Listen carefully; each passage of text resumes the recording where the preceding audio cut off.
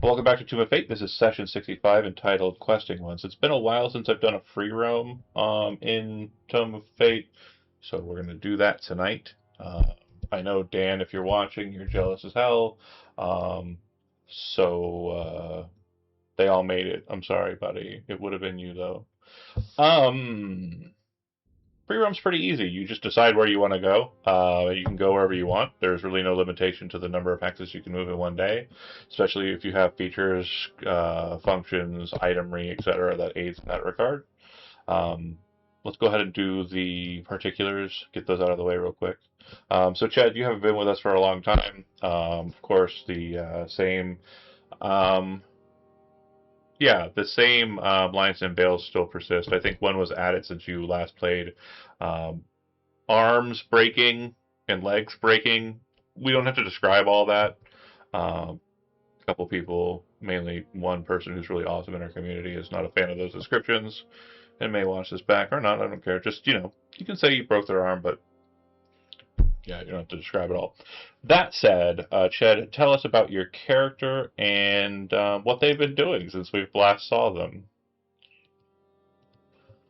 Kind of helping out, doing what he can around the fort. Not quite up to speed above the table as far as like what went on with the battle. Sure. So Okay. I would assume that. Go ahead. I was going to say, I'll go ahead and I'll run you through basically the beats that your character Leo has technically been around for. So you played your first session, session 10.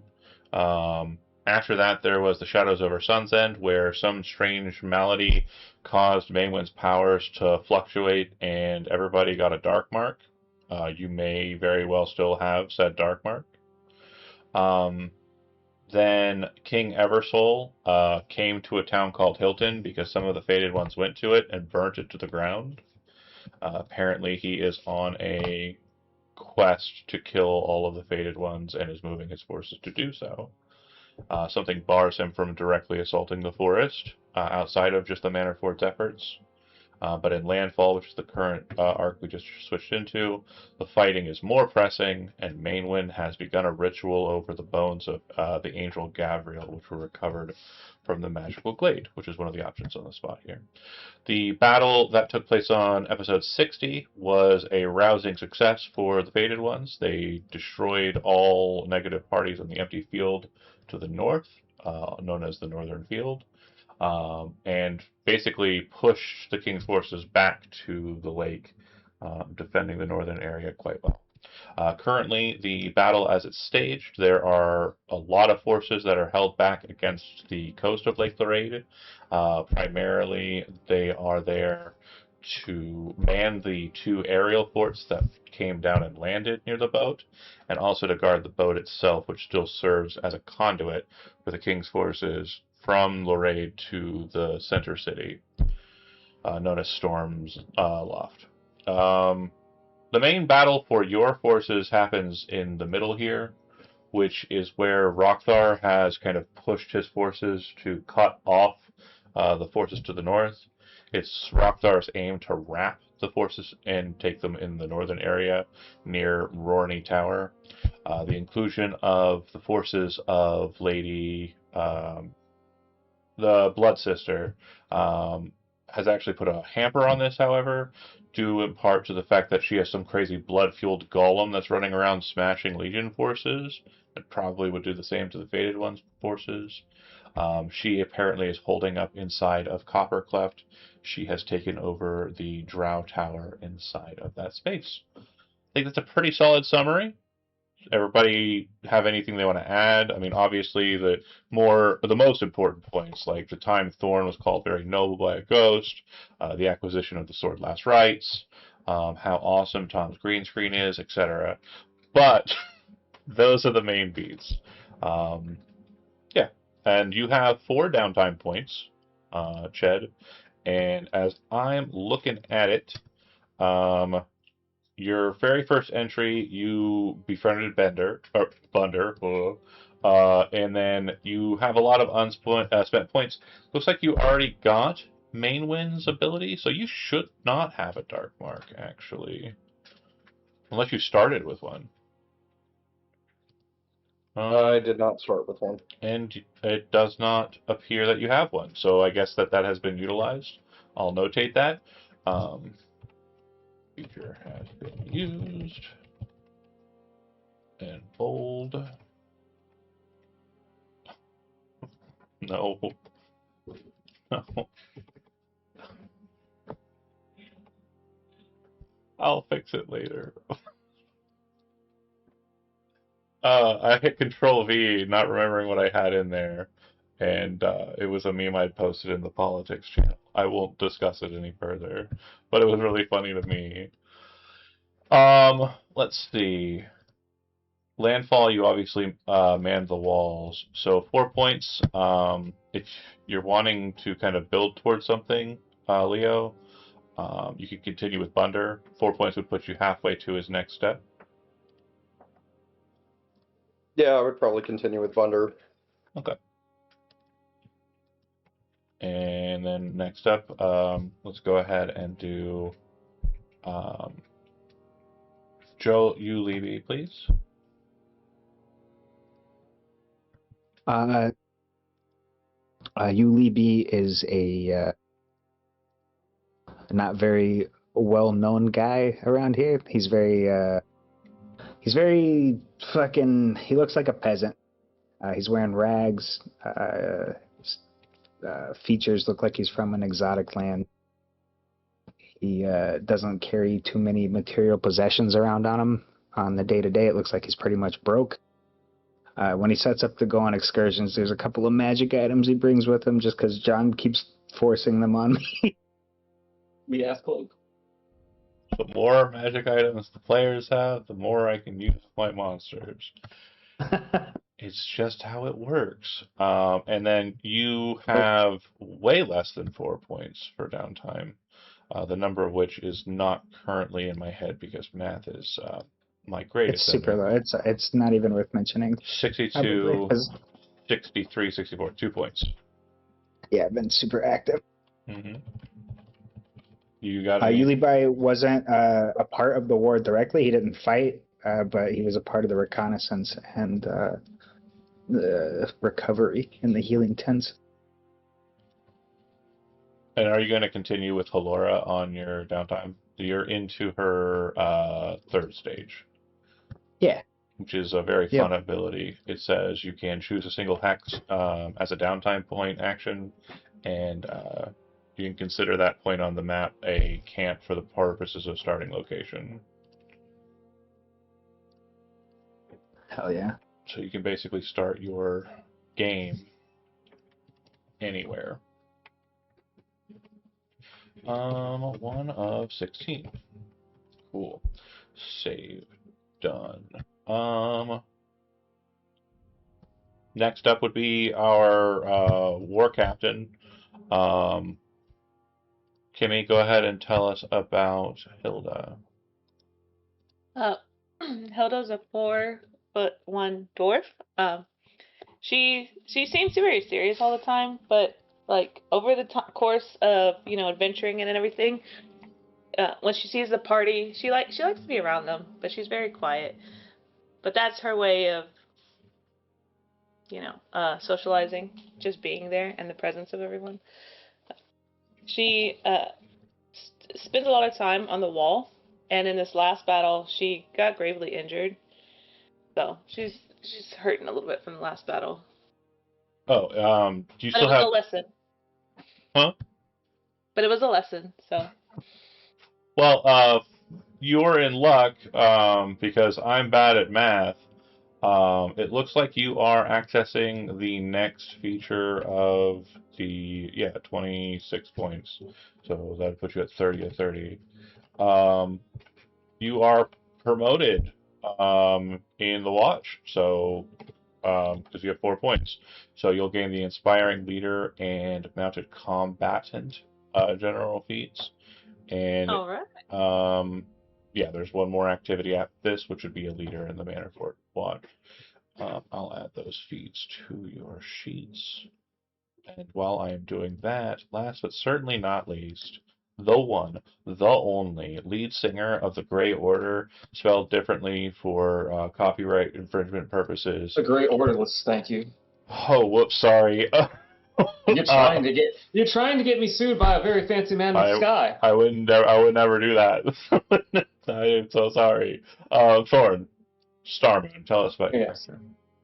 Thorn Starmoon of the Grey Orderless, as we all know, happened to arrive for a brief period of time during the big battle not too long ago, and obviously turned the tide in the favor of the good folks.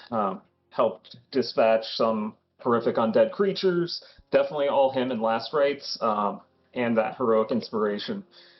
He has learned some new tricks as far as making his presence seem even larger than life, and very excited to see Yuli B again, since that man helped me understand that my chakras were out of alignment, and that's why things weren't going so well, and why I invented the spiritual retreat with Minewin, and got everything back in order. So for the big battle, it's actually locked in and ready to go. Right on. And I believe you have 4 points as well for your downtime activities. I believe you finalized Remilda, so that is no longer a thing that you can keep doing. Finale with Remilda was the very last of her tiering. Looking into the past, Mainwin, Bunder. Let's go with Bunder. I'll work on my swordsmanship a little bit. Love to hear it.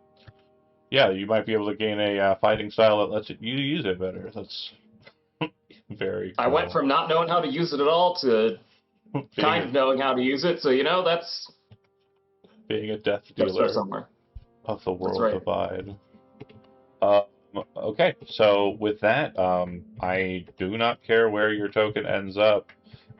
You are channeling through Thorn. I made him the impromptu leader, just because his art is more fabulous than everyone else's. That does not have to be the case. You can absolutely see mutiny or whatever you want to do to change leadership in this department. I will say, since you just gained this feature, I'm going to say that you can go ahead and utilize it. Inspiring leader for you, Hilda, lets you give everybody temporary hit points equal to your level plus your wisdom modifier. So that would be good to do. I think that'll put everybody at 8 total temporary hit points.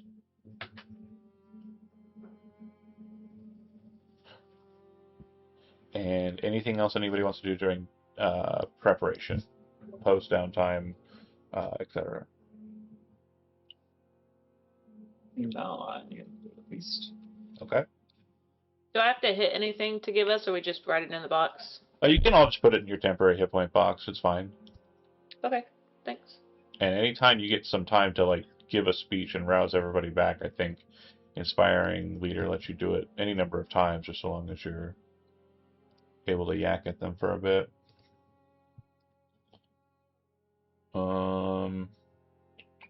When you finish a short or long rest, okay, never mind. Talk long enough, it does put people to sleep. I know that. What are you gonna do? It's a dwarven tradition.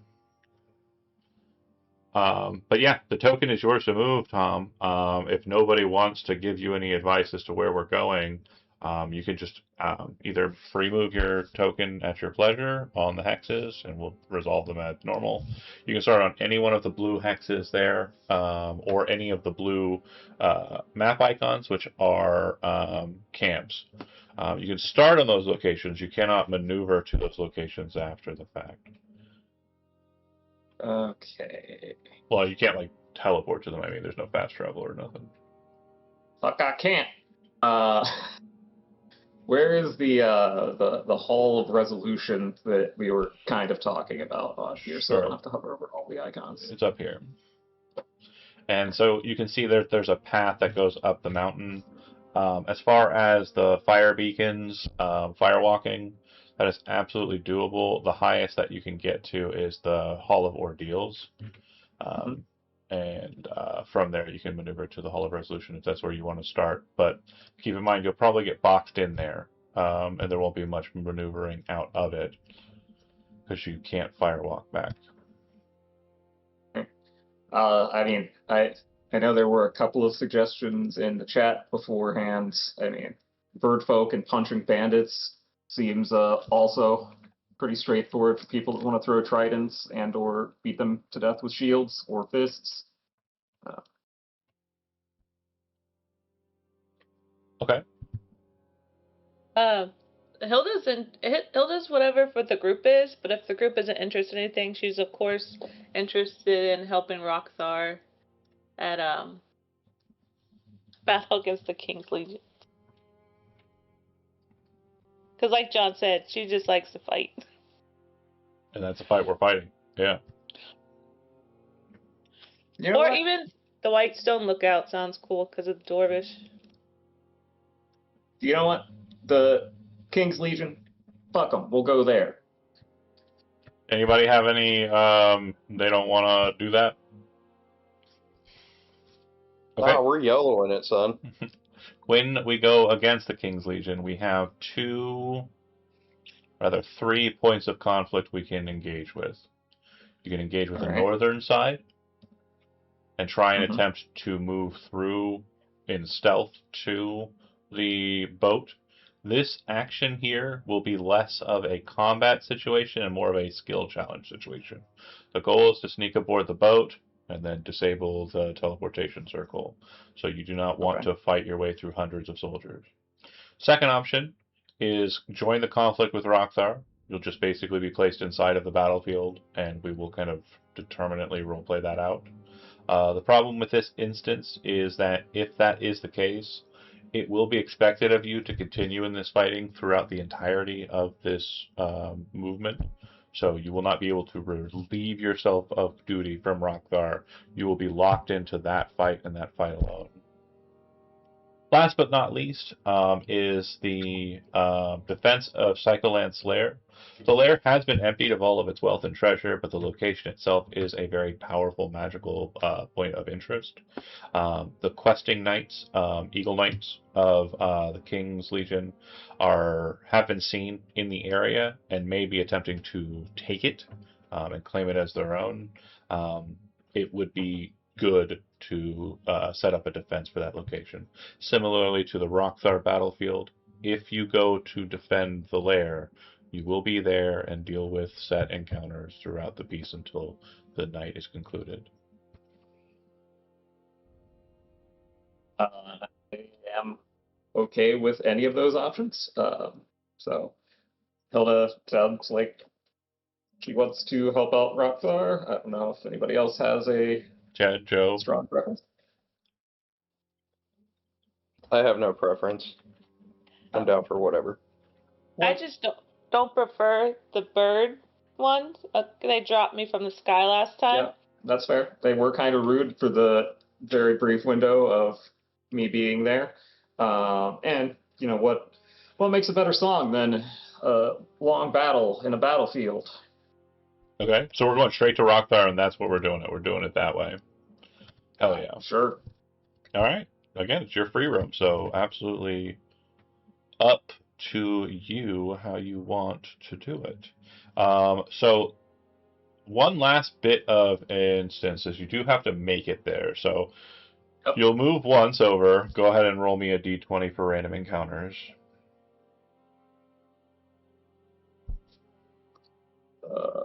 I guess I will roll. So it can be my fault. Yes. I'll roll second. Okay, so that will be an instance where a random encounter will prevail. Bear with me here for a moment. I mean, if it goes poorly, we can change your mind. So, you know. Yeah, That was a really high number, Tom. Why did you do that? That's because that's all I do. I just roll big. It's how you do it. It's how you got to do it. So the situation at hand, as you approach the King's Road and are kind of making your way out onto the kind of area between the forest line and the road itself, you would see that there is a kind of smattering of loose stone that seems to kind of form a depression. As we've learned, the King's Road kind of has this elevation compared to the western side, the hills in the Royland. It is kind of built up where the forest is proper. There's like a kind of almost natural cutting line in the earth where the forest is on one side, the above, um, and then the lower area is kind of more grasslands. Anyway, you find yourself to be in this location, and this is a known path. The steps, the kind of rocky outcropping I mentioned, serves as a very valid method of descending that divide. And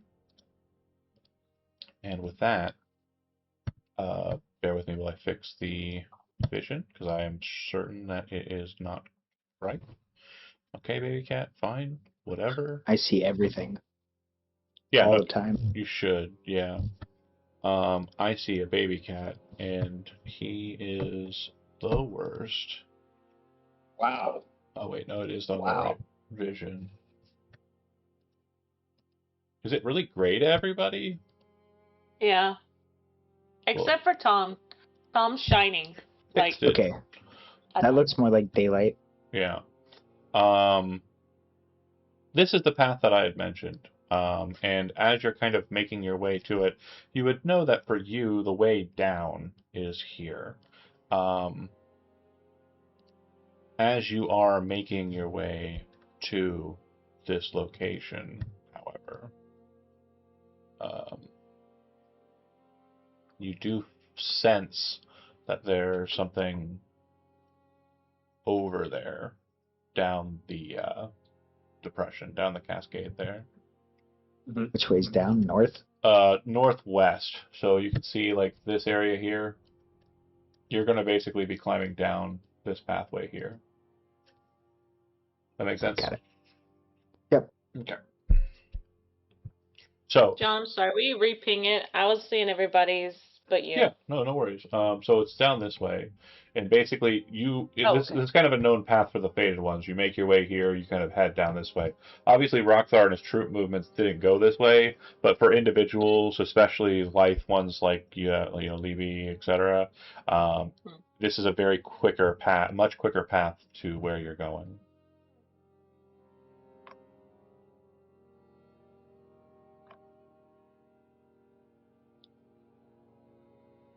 Okay, so there's something up ahead. If you're not going to do anything outside of what's normal, there's a sense that there's something over there, just over the ridge. You're nimble and sneaky. Can you take a look? I feel like there's something over there. And don't know if you noticed, but I'm usually a little loud. I will look. Make a perception check.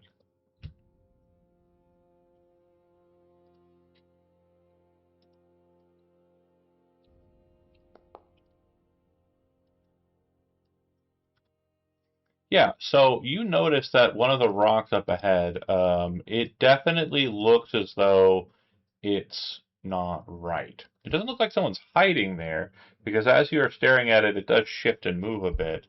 And this kind of grayish black rock, you realize isn't a rock at all. It's a pauldron. These boulders are like 10 feet, in size. It is a armored pauldron. And you would see standing up massively to a height of about 25 to 30 feet, a female giant with stark black skin, bright red hair, and a burning sword that sheds its light to you upon her standing up, almost as if it ignited at her will. She looks at you and she says something in giant. Does anybody speak giant? I speak a whole lot of things. Let me see here.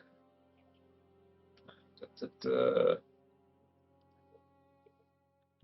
assume.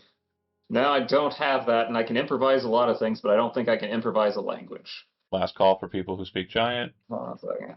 No. No idea what she said, but it didn't sound very nice. Sounded a whole lot like you should get the fuck out of here. No, it didn't sound like it sounded more like a I'm going to eat you kind of feel. Yeah, it doesn't sound like she's trying to word you away. It sounds like she's gonna fuck you up. So I'm not even going to waste any more time with the blather because without you being able to speak that common language, it is veritably impossible for you to have discourse with her. So go ahead and right-click your token, Ched, and that'll bring up a little pair of swords in the top left of the icons you've got there. Click that. Should see a bunch of buttons at the bottom of your screen now. Yep. And then just above your picture, there should be a dice in a briefcase. If you click the dice, it'll roll your initiative.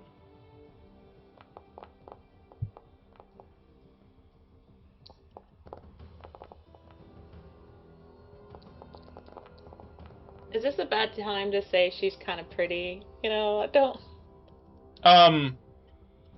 So if you're saying that because of the artwork, I agree. Yeah, it's really well done.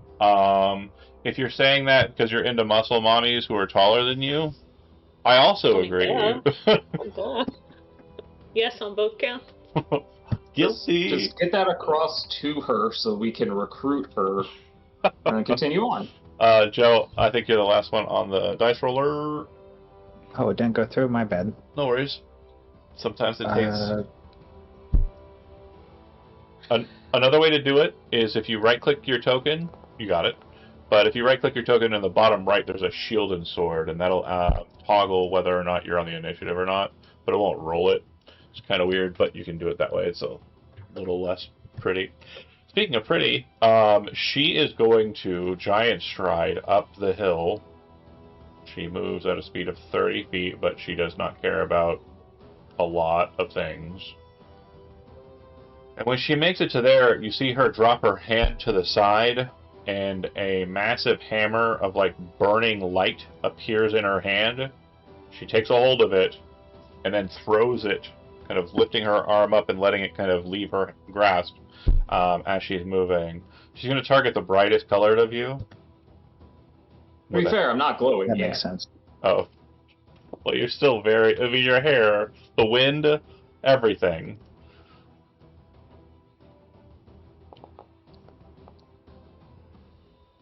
$22 to hit. Holy shit.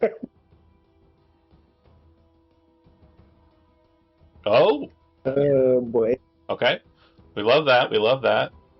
Alright, so I'm going to go ahead and click the damage. And then, Hilda, go ahead and click the healing.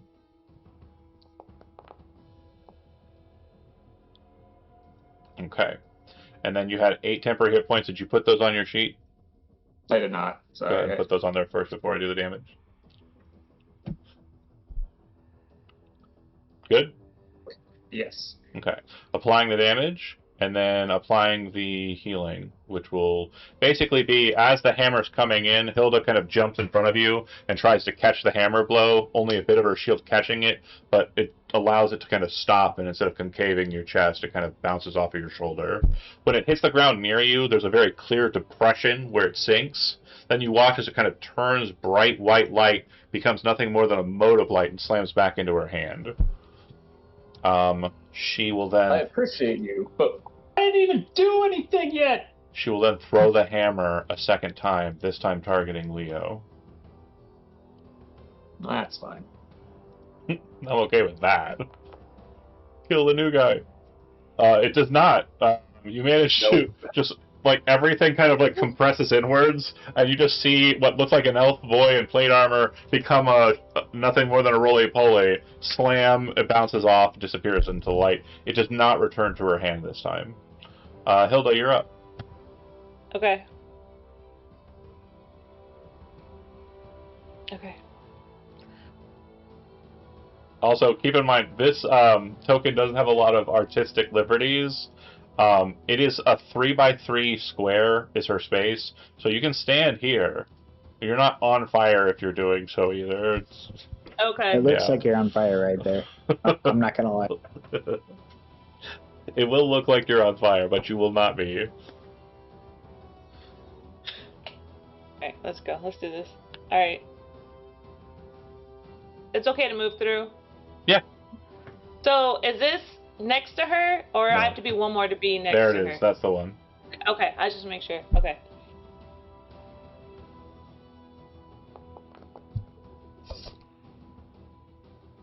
That'll That hit. hit?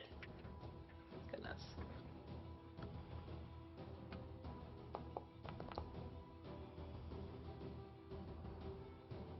All right. Can I, reroll that? Yeah. Not better. Alright, that's first attack. Second.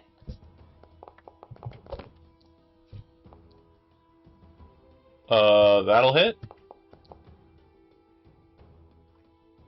11 seems to be the number. Anything else from Hilda? Man, it's so early. Okay. It is very No. early. Uh, Thorn.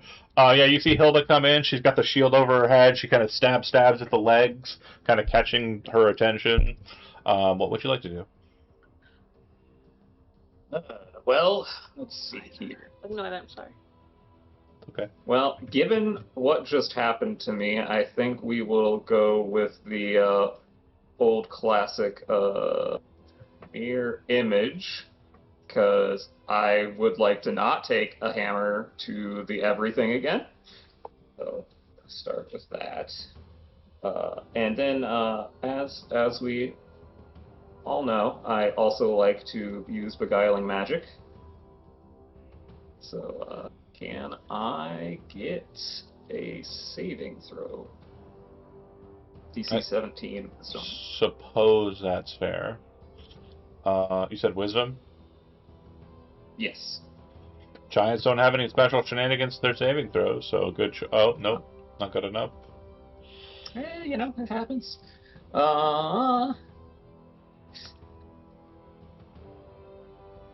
And then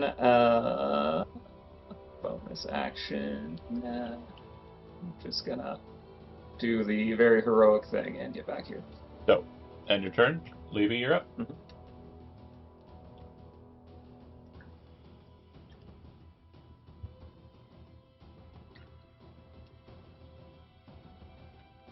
Move on up. I'm gonna punch the giant. Okay.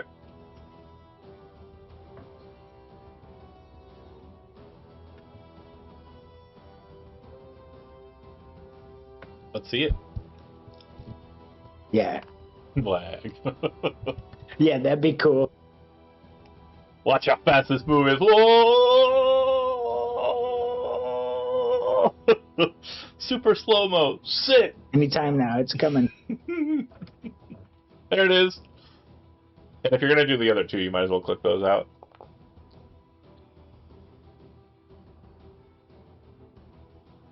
First one hits.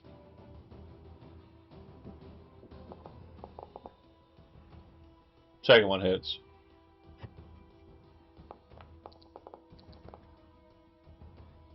Third one hits. Damage 1. Damage 2.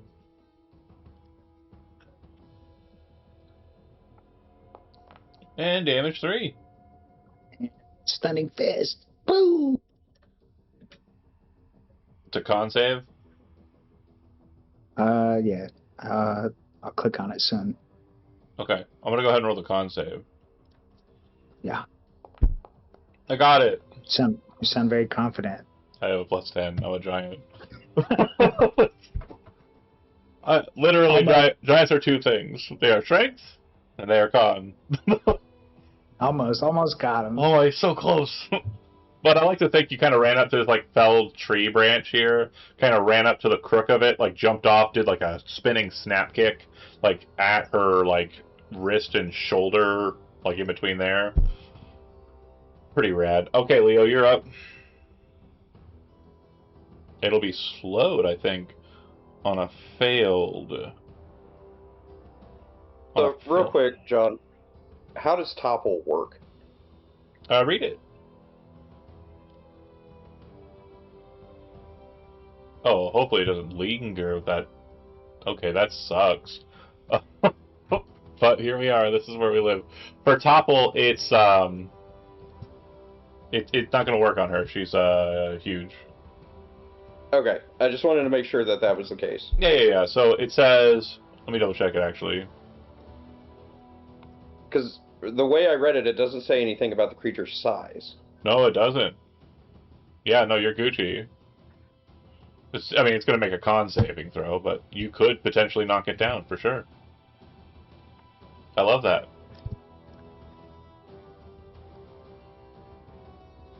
Wait. You have a +3 trident. What are you doing? Sorry, I clicked the wrong one. This man rolled like an insane madman in the fucking manning the walls. +3 trident is only for special occasions, Jonathan. Yeah. No, it's not. It's it the didn't show fancy up on my silverware. bar. Oh no, it didn't update your bar. You have to update those manually. Yeah. And when I update the bar for Leo, it updates my Leo's bar, not your Leo. That trident is going to hit. And yes, he did roll very low.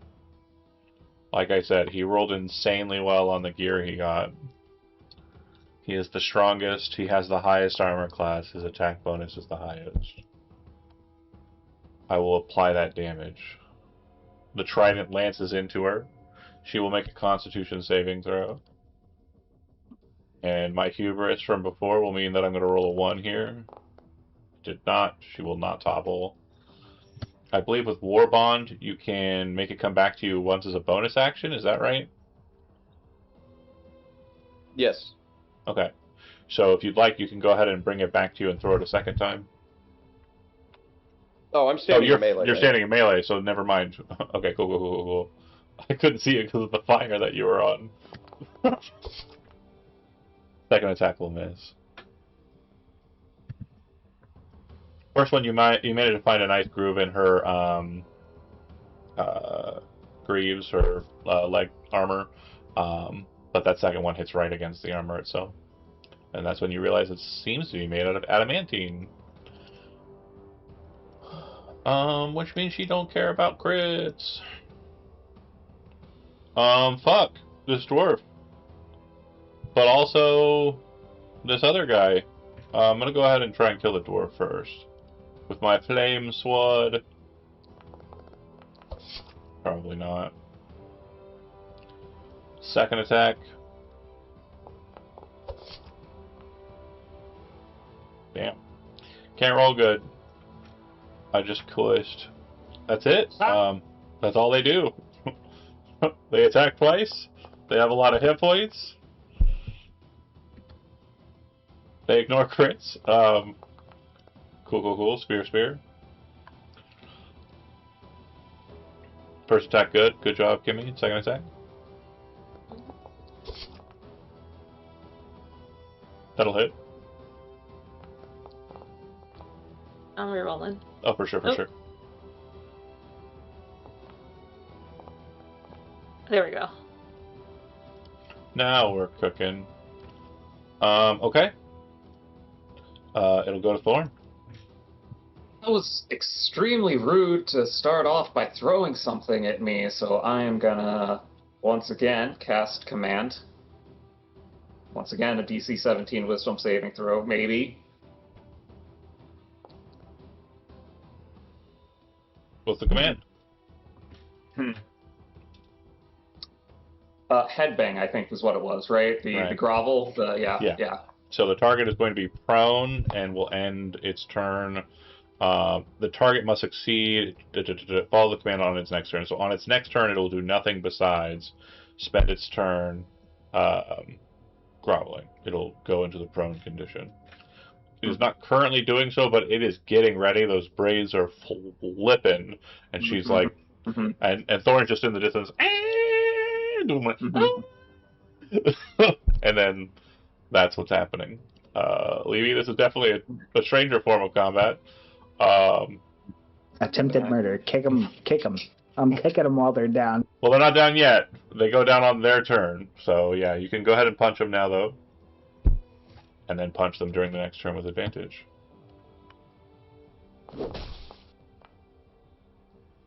That will miss. Their armor class is 19, folks. Rude as hell. That's 2 misses. Bonus action. I believe in you. I'm gonna spend a focus point to make it 2 attacks instead of 1. Okay. We're punching. Another miss. I said no. I believe in you. Come on. My one weakness, rolling under 10. Ooh. Oh, yeah. Another one. Sick. Another dude. one. Okay. So I'm shadow boxing over here, and then that's my turn. It's okay. It just looks like you're vibing to the beat. It's Her fine. movements are erratic. She seems to be like just dancing to what Thorn's putting out, and you're just confused, and you're trying to fight a combatant that's not fighting. Leah, Yes, sir. fight her. We're going. Or you could, give up. Let her have the day. Dance. You could dance if you want to. You Just could don't leave your friends behind. I need the tank in front of me. No, wait, Leo, don't go! Alright, damage is dealt. No, I need a con save there too, but Upper topple, yeah. And then I'll do the second one as well.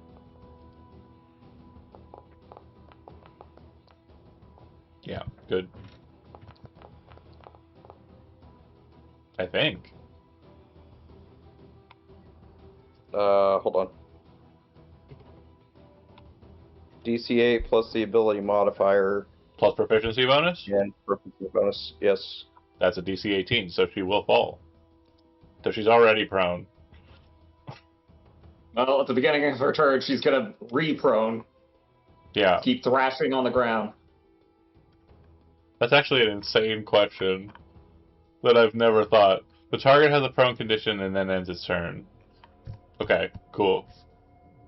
The wording's precise. She has the prone condition. She has the prone condition.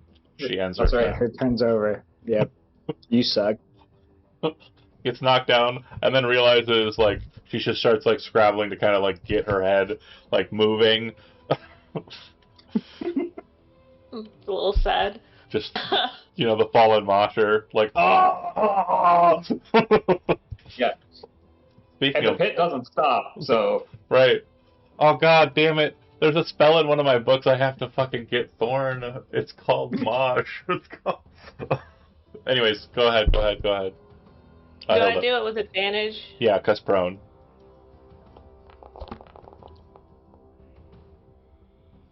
Hell yeah. Regular damage.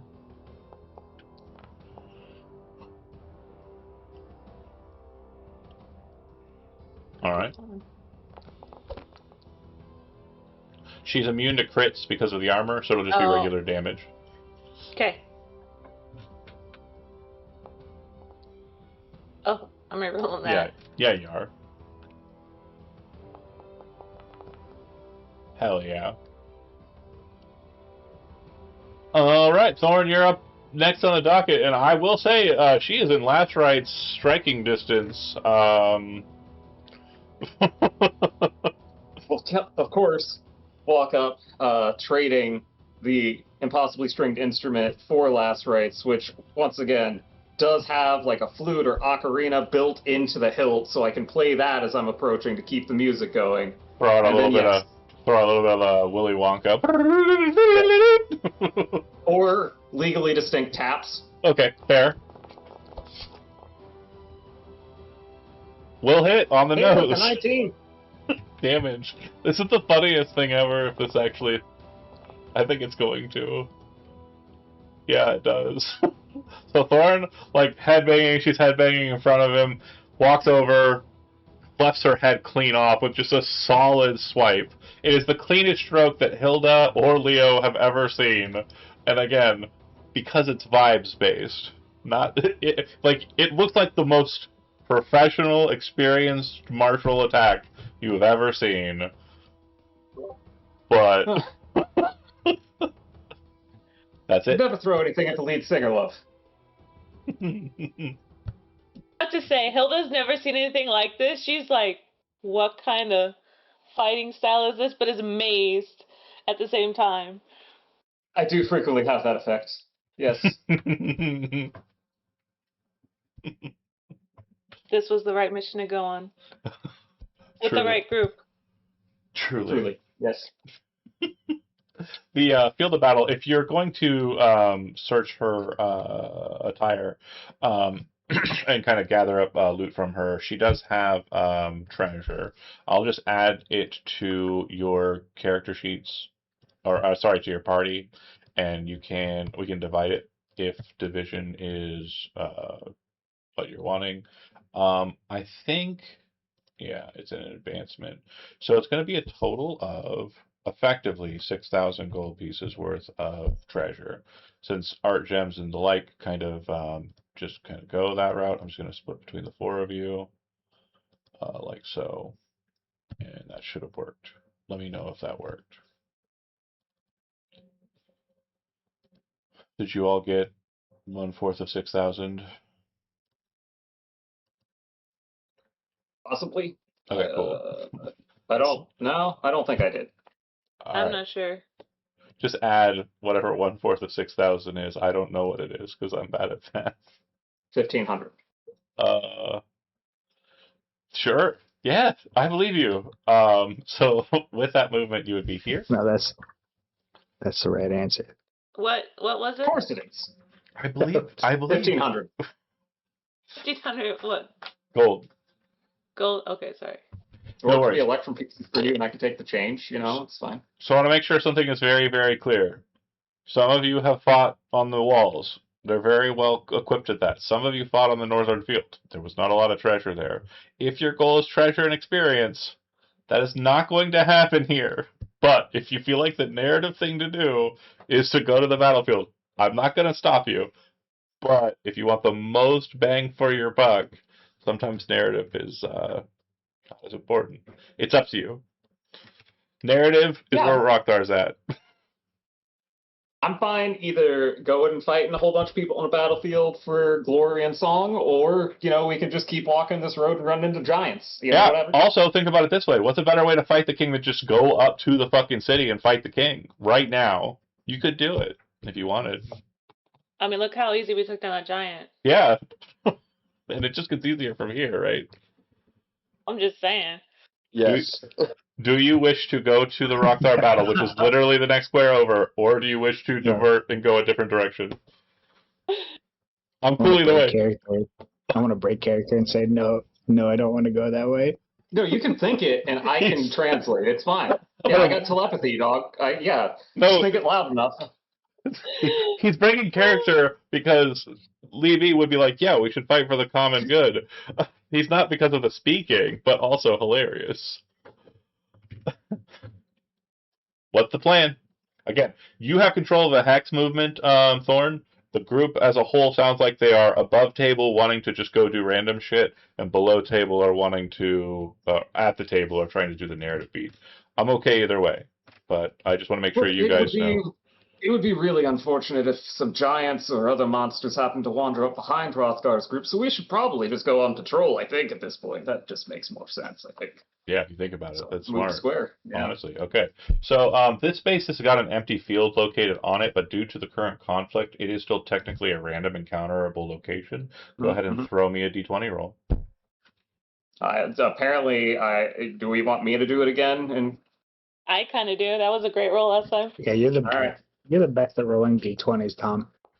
Goddamn right I am. Well, if we're going to keep getting 18s, hell yeah.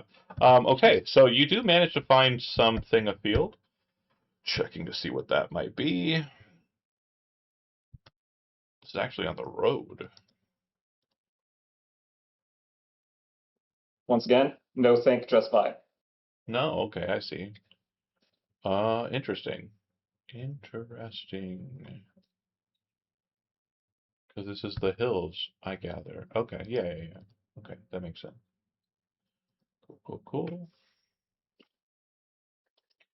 So you are patrolling. You're not staying to the main road. You're definitely moving about. There is no token, but I think one of you have been on this map before. That or I am awesome, and that is why that is the case.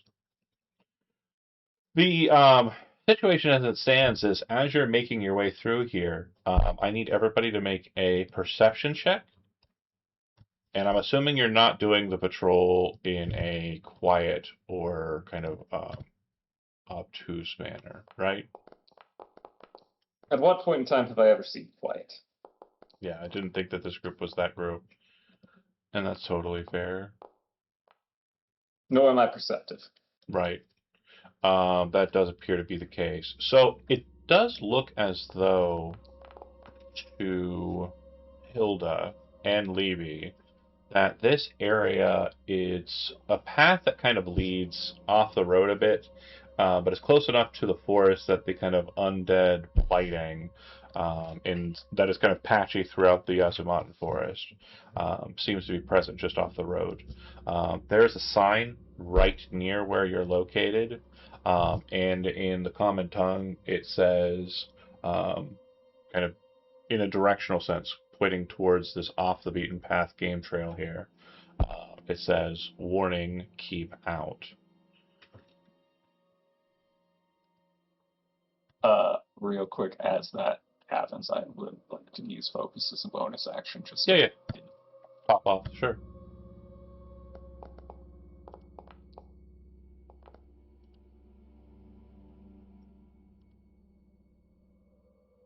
Okay.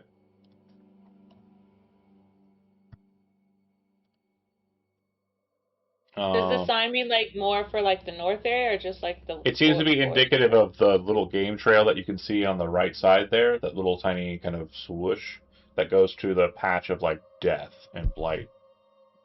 So the sign's here, and Okay, so it's it's indicative facing. of like this. Yeah. Oh, okay. You know those like private property keep out signs? They put them right next to the entrance. It's kind of like that. Okay. that sign doesn't hold any power if you can't read.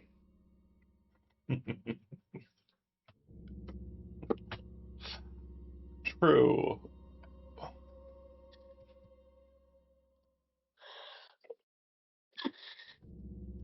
He's not wrong. All you have to do is just forget how to read, and you're good. Welcome to the Thorn Star Moon experience. Do we think it's something that's like that we need to check out and make sure and take care of, or? I mean, they wouldn't have a sign here if it wasn't important. You're not wrong. Not that I could read it.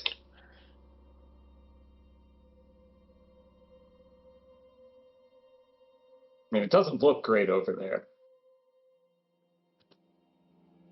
And we see the sign, John. If I take a couple steps forward, can I make another perception check? Like here? Yeah. So go ahead and make your perception check. Okay. Let's see. 22. Okay.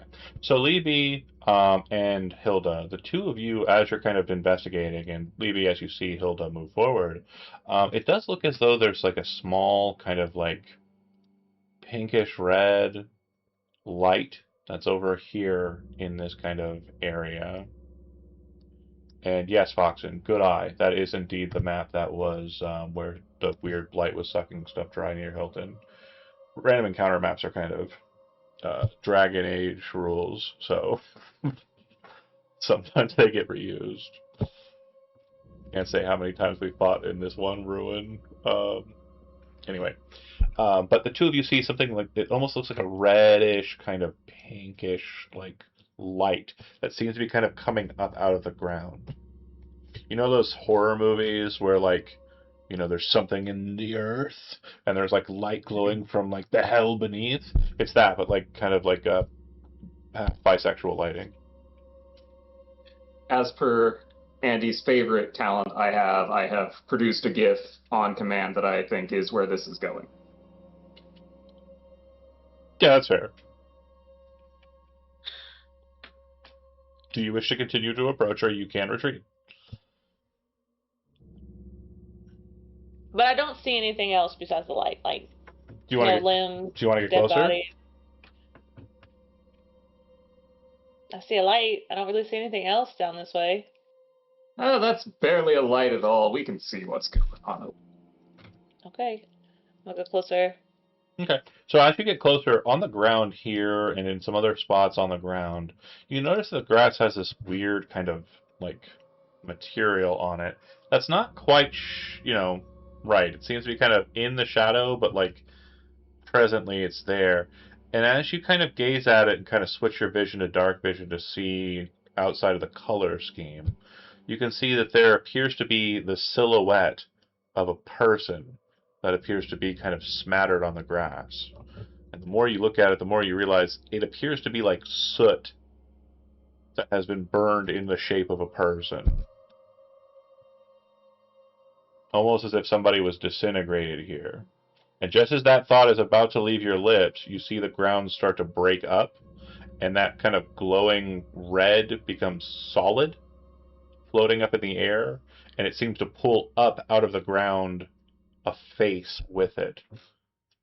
As we appear to be entering combat, the face that you see coming out of the ground is a bit more of a maw in actuality, as what appears to be a beholder filled with the power of undeath rises up from the ground. And I'll get the 8 counter on the board here. And initiative started. And this one is a boss, folks. It is not it is not a it is not one of the like legendary encounters roaming around, but it is definitely a higher tier encounter due to I would just like to point out, you all asked for this. This is not my fault. Guys, things are kind of serious now. They're never serious for me. That's not true at all. No, it's bad. Keep in mind, too, retreat is always an option. You do not have to remain here, and the quicker you decide on retreating, the less resources you'll be wasting. However, it has parts that are worth a lot. So keep that in mind, too. Looks like all I need is a Joe who's probably clicked to roll initiative about 10 minutes ago, and it will be here soon. That's fine. I know you lagging, buddy. All good. And dope. So on the docket, it looks like we have. Let's do. I like this one a lot. Most people aren't as big a fan, but I like it. Libby, you're up first on the docket. The eye stalks that are kind of where eye stalks ought to be, you instead see what appear to be kind of glowing orbs that are kind of floating around it. And then its central eye seems to be kind of glowing intensely, and the light of it seems to kind of move out in front of it. That it feels icky. It feels wrong. Just above the table before we commit to anything here, I'm going to be 100% honest with you. This is my worst possible nightmare because it flies, so I can't really drop it to the ground, and it's undead, so most of my other stuff isn't going to be super helpful. So, yeah, if you want to run, you can run. I vote retreat personally. Not that I'm a coward or anything. I don't like things that fly either. A 4'1". Yeah, I mean, I can retreat faster than any of you probably. I'm actually already gone and back. And I'm ready to go again. I'm ready. If that's where we're going, I can get us out of here very quickly. Yeah, so I'm fairly certain I'm the only one that can hit the damn thing. I think everybody's going to be okay hitting this thing. It's an undead. It's undead don't really have a lot of armor class. It's mainly. No. I mean, it flying. Oh, sure. I could throw too, which is. Beholders don't typically fly too high above, but yeah, this one is definitely going to. So yeah, again, not a great thing to do in an open field, especially since the eye rays are yet unknown and its potency.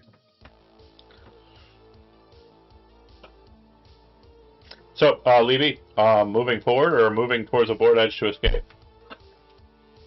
Hey, run away. We are holding the R and L buttons, and that is happening. Okay, we love that. Hilda, Run. you need to get to the road, and then you can go north or south. Your choice. It doesn't matter. Either way, it's a board edge and then an exit.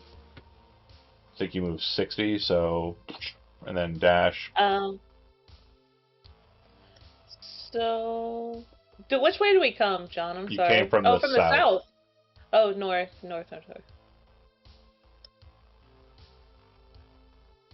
Alright. That's your turn. Thorn, you're up.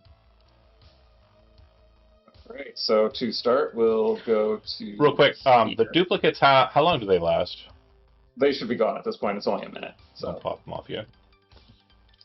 I'm gonna go here as my move, and then ye old favorite Mantle of Inspiration on some number of people. So I'll. I am in the floor again. I know. I know. There.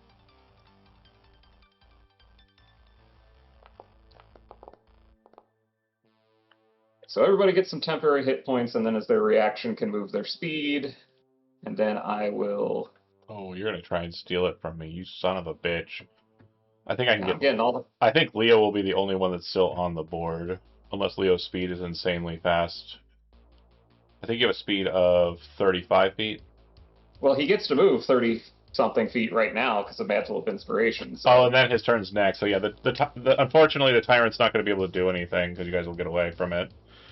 What I will say... I can do that. That's totally fine. What I will say is that, Levy, as you kind of move after the Mantle Inspiration, you see the central eye kind of glow, and this kind of red light kind of beam across the ground where you were standing.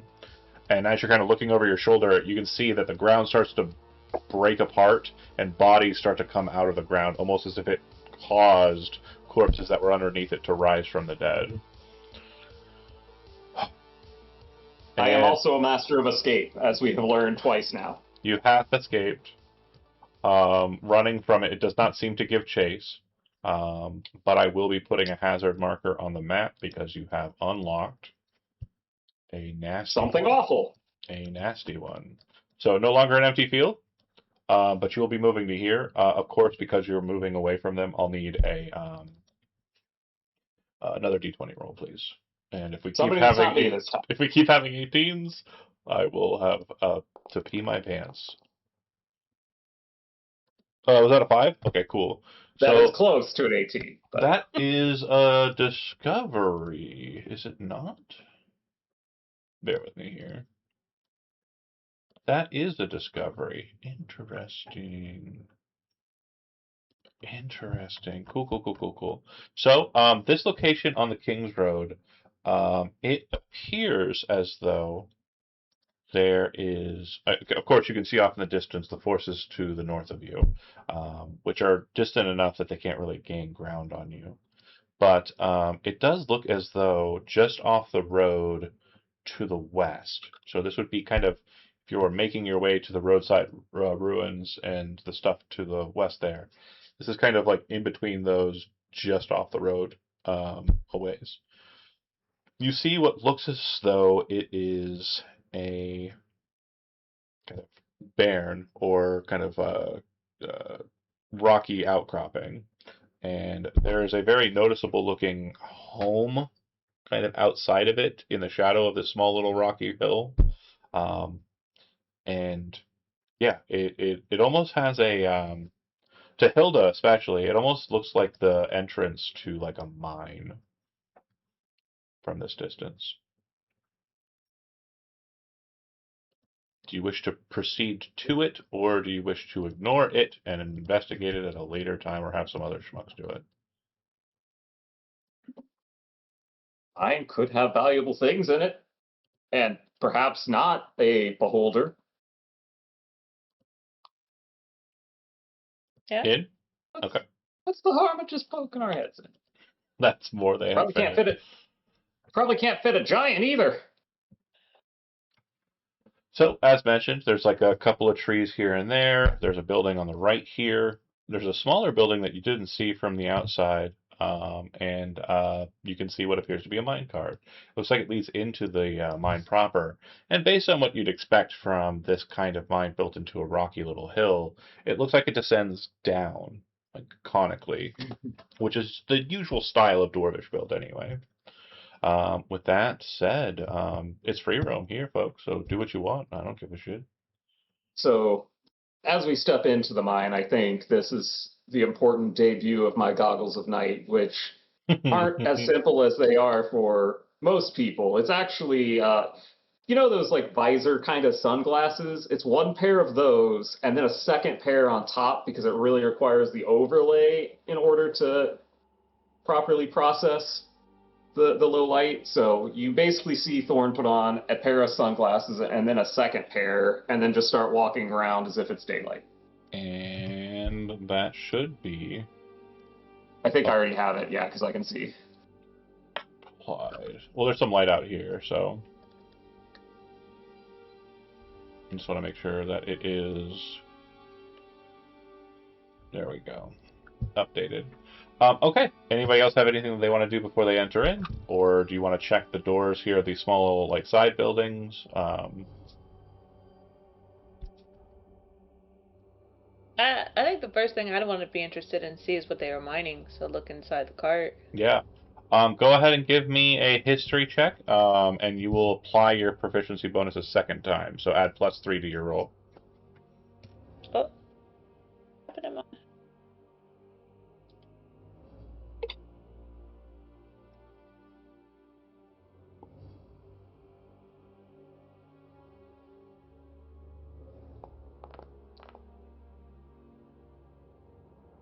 Okay, so when you kind of move over and inspect, what you'll notice is that they appear to be mining mithril. Mm. It doesn't look like there's any ore inside of this crate or this cart. It looks like that has been kind of taken out at a different time. This is basically just rubble or remnant. So this would be the garbage that they keep sending out and throwing out. Possibly on the side of the hill where you saw a bit of scree on the rocky hill. Mm. Looks like they were mining mithril in here. Huh. Well, this was valuable at one point then. Oh, what's in here? The building has walls that are kind of made of a fitted stone. There's a large window on the side, which is kind of covered with a bit of dirt. An overhanging tile roof that covers over the door. When you get to the door, it's kind of overgrown with vines and material, but a decent enough effort is able to kind of like push the door open. On the interior, it looks like there are ledgers that look like they have mildewed into kind of a papery fluff since a long time. There are bones of small animals inside of here, bird droppings, there's vines throughout the space. Nothing of interest that you can see. Well, that's gross.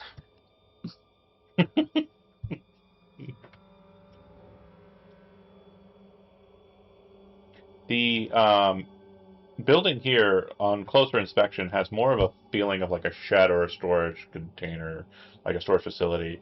There's a tile roof. There are no windows on the space. The walls are kind of crumbling at certain points where it looks like tree roots have kind of taken hold in the base. The foundation looks like it's broken away. There are scars and gouges on the building and on the door where it looks like someone tried to kind of enter into the space, but was unable to do so. If you'd like, go ahead and make a strength athletics check to try and seize the door, or like seize the door open. Oh, great. Let's. Gonna stretch, flex those gauntlets of ogre power. You guys, I know you're all like martial and physically capable, but watch this. Oh, I just want to see him. Oh. You got this, buddy. He manages to break the door open. You should be able to open the door now. And inside, you can see this looks like a supply area for mining. There are stored food items. There is water as well. It looks like it's kept surprisingly well. There are also miner helmets, lanterns. The miner helmets can have a lantern affixed to it, so you could have hands-free light if you'd like. Additionally, some of the lanterns have like a method for you to kind of hang it on your belt. There's rope, there's tar, there's brooms, there's grease, there's additional carts. All sorts of stuff is kind of spare wheels for the carts. All sorts of shit like that, but nothing of note. Well, I've done my part. If anybody wants anything from there, you're welcome.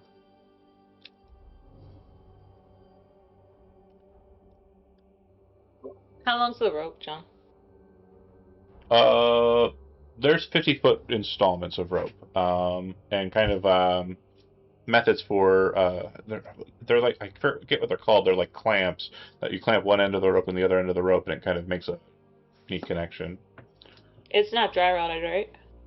The rope's good condition. Yeah. How many would you like? Okay. Probably. There's probably about 50 in there, like 50. Not 50 feet, but like 50 is too large a number. 50 sections. There's probably about 15 sections of 50-foot rope in stacks. Take as much as you like. Yeah, just up the count for rope you already have.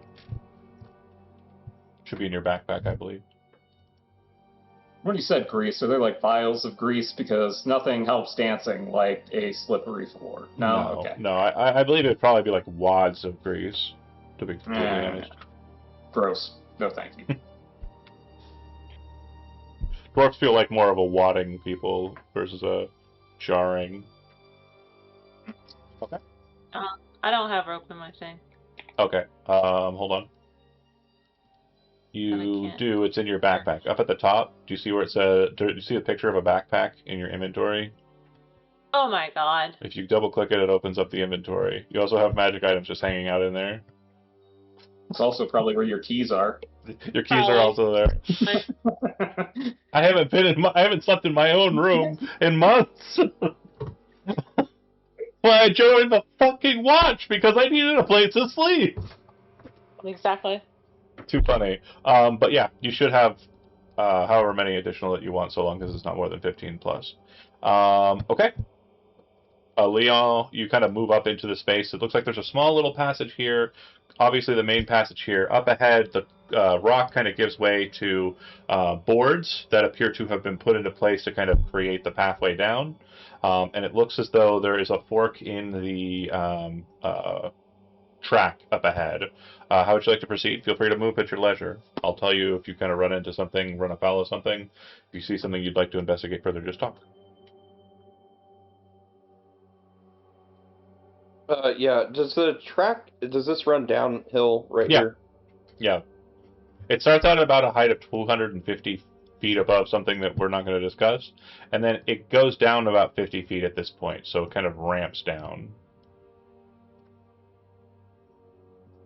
You know, it would be really cool if you rode the cart all the way down there. Might even make it into a song. So if you wanted to. It would be cooler if the dwarf rode the cart.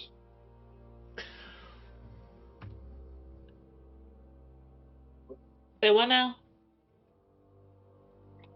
I'm not getting anything.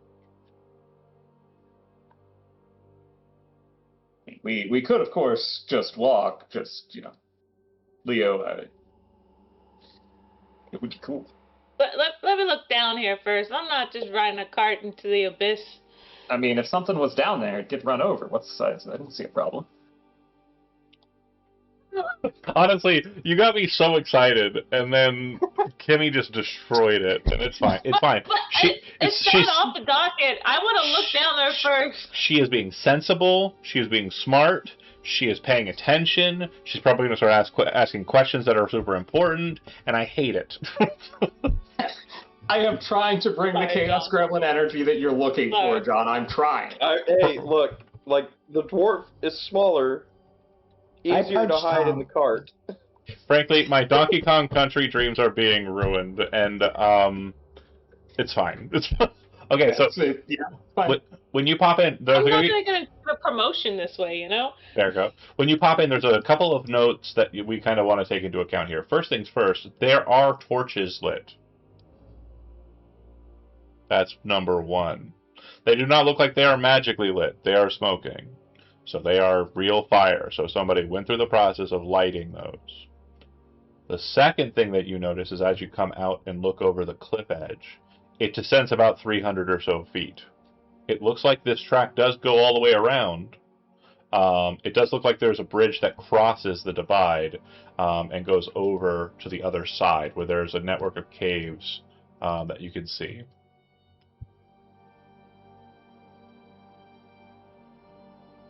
I mean, nobody has to be in the cart. You just shove the cart.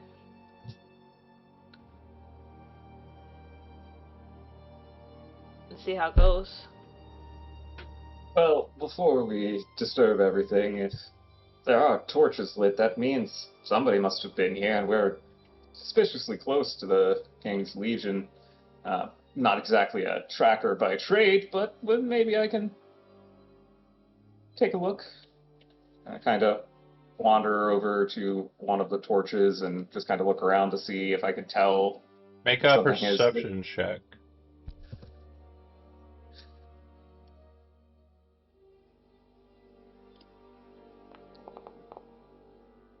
There were definitely people here. Okay. Sometime. So you kind of walk over to the edge there and kind of look out across. You do kind of walk out onto the edge to see what you're seeing here. And you see that across the way, standing on the edge of the little cliff over here, you can just barely make it out. I think he will look better here if he's near there. Yeah. So you see this guy here. He appears to be a kobold. Red scales, much like Eustrail's red scale kobolds. But this guy is wearing a bunch of shit. That is the best way I can describe what you're looking at. He is wearing a bunch of shit. It looks as though he has a backpack that has a cage and a skunk in it. He has a scorpion at the end of his spear that appears to be alive.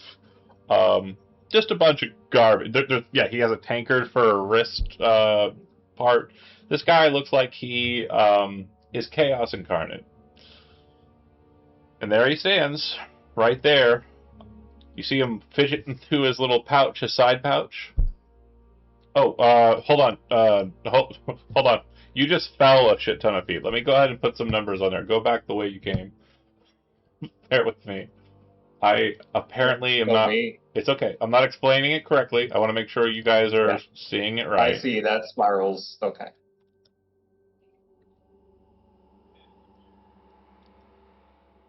There we go. Okay. All right.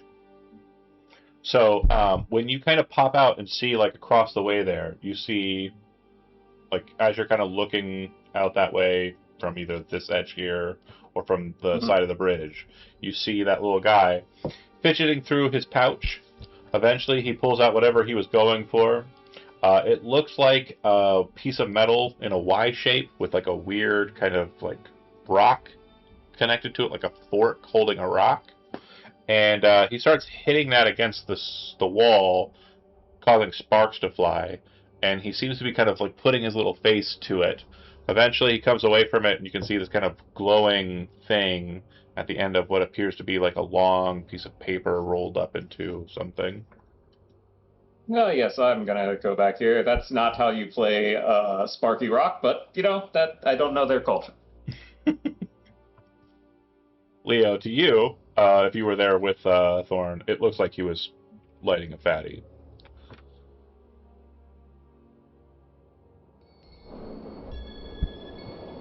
All right.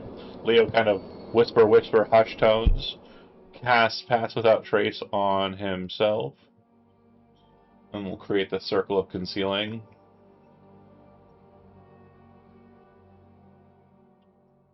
There's a kobold across the way. I don't know if I can speak with him, but he didn't seem particularly threatened. Couldn't play an instrument for shit, though. I don't know what he was doing against the wall. I'm assuming he hasn't noticed us yet. No. No, he looks like he's on his break, actually.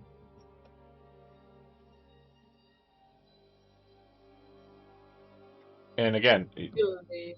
if you want to go and engage with him, you can. I just want to make sure you guys are moving it the way you want to go. I guess with the way this whole thing is set up, we'd have to go across the bridge, so I guess the minecart has to stay here for now. Or you could go down, just following the cart, or taking the cart down. Because the cart circles around and goes under that little bridge where the kobold is, right? About 50 feet underneath So- that bridge, yep. Mm-hmm. I'm going to be honest with you, it might be fun on the way down, but that's a lot of walking back up, and... Alright, Leo, you are stealth master. If you were wanting to maneuver on, again, it's somebody doing something, we love to see it. So if you guys are wanting to keep up with Leo, please do so, or just say that you are, and I'll make sure that your tokens are moved accordingly once shit hits the fan. Yes. Leo, go Yes, ahead it's walking. and give me a stealth check.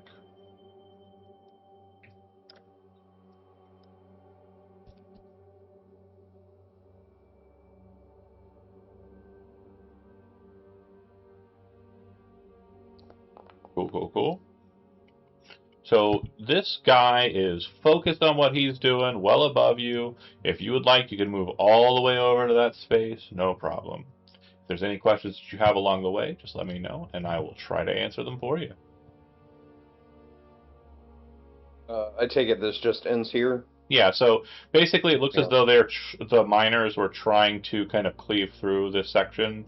You can see a couple of tools still laying on the ground, and it does look like there's like some drag marks. Like there might have been bodies moved across the ground here. It looks as though the workers were forcibly removed.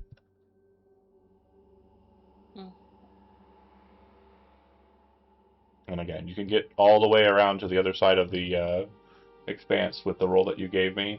If anybody else is maneuvering behind him, please go ahead and give me a stealth roll as well. If you are not trained in stealth, because of Levy, you'll add +3 to your roll.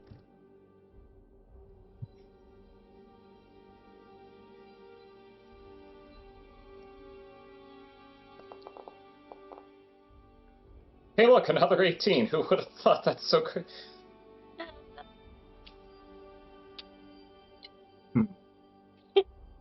All right. That's fun. So as you This maneuver guy. underneath the bridge, or kind of close to where the bridge is, you do see that there are stairs, steep stairs that go upwards. They ascend up to where you presume the kobold that you can see is located. Beyond that, on the opposite side of the divide here, you can see what looks like a cart, a little area, and possibly an entranceway to somewhere else. You'd also see that well below you, it looks like there's another bridge that goes to the center core of the center crucible of the floor, or the mine.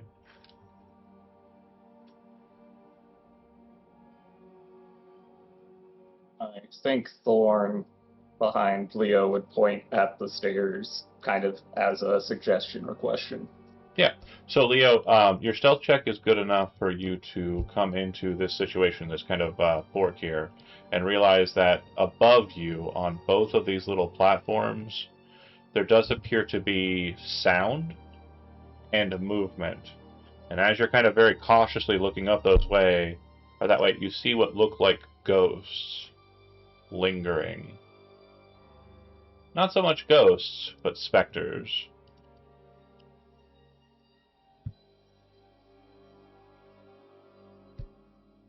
Okay, I'm gonna very slowly back out.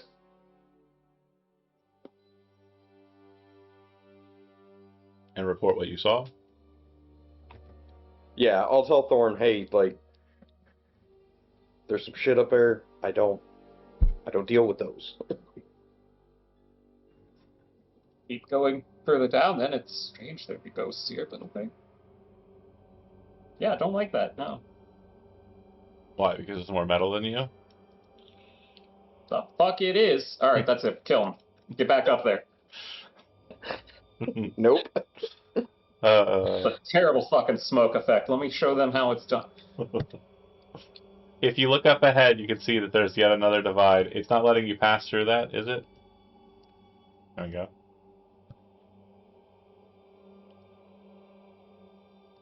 It's also blocking. Okay.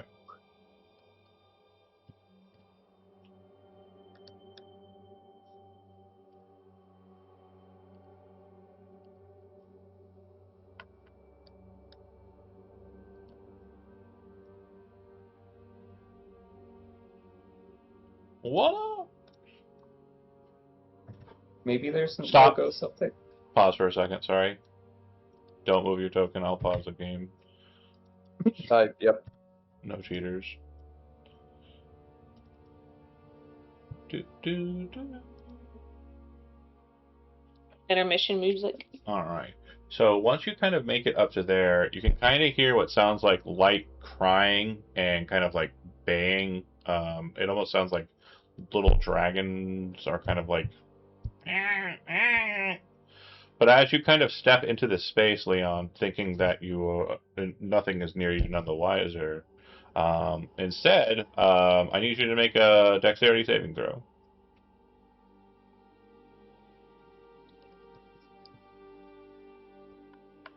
And then everybody who's directly behind you, which I think is just Thorn, because I moved Levy there, and Levy would be in the back of the party, needs to make a dexterity saving throw as well.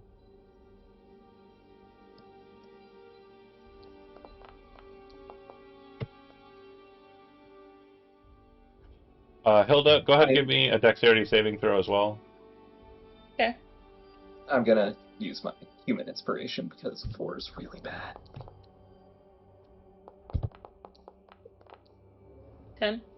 3 is even worse. Okay. Okay. So, I'm going to address the situation narratively, and then I'm going to ask you questions based on what I've described. But everything I've described is happening. If you have reactions to this, please try to interject. Absolutely fine. Leo, you hear what sounds like twine breaking as your foot passes through it. Ahead of you, at the top of the stairs, or atop of this kind of uphill ascent, you see a rock drop down and start moving through, rolling boulder, straight towards you, crashing into the corners and coming straight out at you. You manage to push yourself against the wall and just take, like, the brunt of it to allow it to pass by you without shifting you away. And the damage for the boulder is... this many.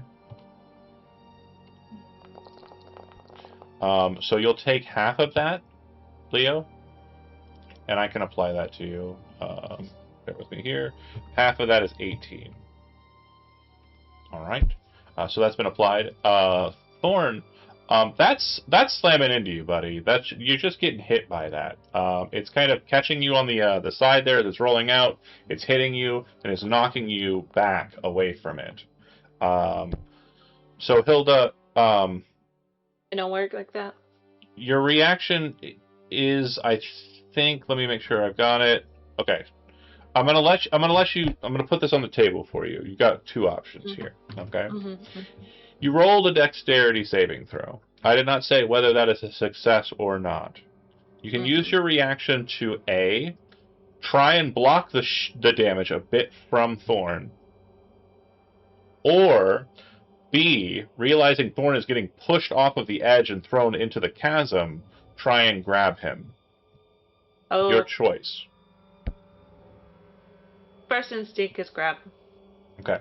So you are both going off of the edge because your dexterity saving throw was very poor. So bear with me here while I get that situated. Thorn, you'll be knocked to here, and then, of course, Hilda will be going out over on top. Libby, I don't think you'd have the strength to grab them both, and I don't think you're that dumb. But if you want to,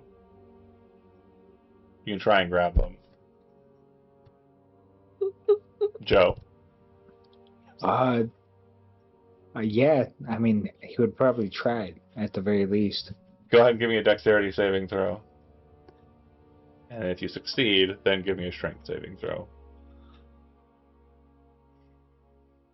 I will interject with something as some of these things are I know happening. I know what's going to happen. You'll be, since we're doing it magic timing, your reaction will be last because of priority. So 13 is a success. You can grab a hold of Hilda.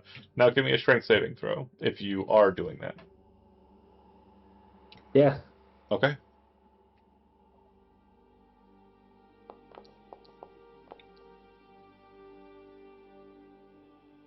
Surprising. Genuinely surprising. So seeing the situation, you dive out for Hilda, grab a hold of her, not really thinking about the repercussions of that, but as you're flying off, you see a point in between the stone and the board beneath you that's just wide enough for your fingers to slip into. You slam your hand down like a vice into that spot, grasp it, and you are hanging over the edge. Hilda, you are a Lee B distance down from him, and then Thorn, you are a Hilda distance away from that, being grasped probably by the cloak, like the shoulder, kind of like here, because she kind of reached out for your hand and you were being plowed. The damage from the rock hitting you, however, will be substantial. It would have been a total of 36 damage from it hitting you. Mm-hmm. Cool, cool. So 26 after. Yeah, can you apply that? Because I suck. Yeah, I got it. Not mine. Cool, cool, cool. Me too, yeah. Yeah, Leo. No, nobody else is taking damage except for Thorn. Thorn is getting hit by a rock, and then everyone else is diving to grab Thorn. And it's like this beautiful chain of doofuses. Obviously, when that happens, there's a large sound. The rock goes flying out. Once it spills over the edge, though, Thorn, and you're looking down, you see it disappear. Like magic seems to catch it and cause it to dissipate. And you're kind of like, oh. There's very distinctly powerful magic in that regard. Probably not the time to start thinking about it. So, current situation as it stands. Thor, do you have a climb speed? No, but I do have a grappling hook I'd like to use to hook on to something to help facilitate pulling myself up. Okay, so we're going to pause for a second here. Leo, you're still in the divide. You just got hit by a rock. You're kind of shaking yourself off. You hear the crying from above. It becomes louder when the trap displays. And then you would see the kobold who was up on the bridge kind of look over down at the situation. And by look up, I mean Libby, you'd be the only one who notices it.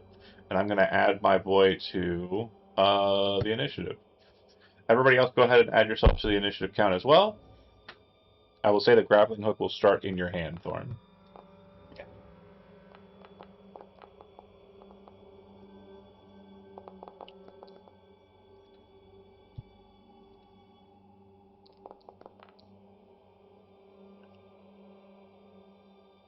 He fast. But is Libby faster?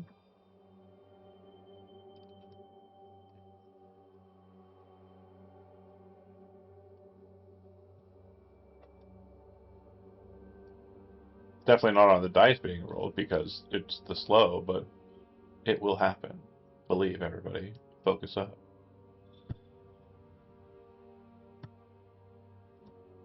What? Oh, did you roll initiative? I thought so. Try it again. Okay.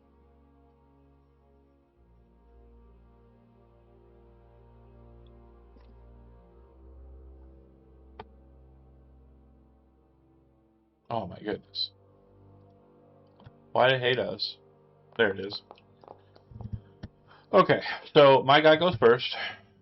He's gonna look down. A kind of panic sound. He is then going to not decide what he has to do because that's not how this guy works. Instead, he will let the dice decide for him. He reaches for his stuff, grabs a bottle, like just covered with filth on the outside, and lobs it straight down at Libby.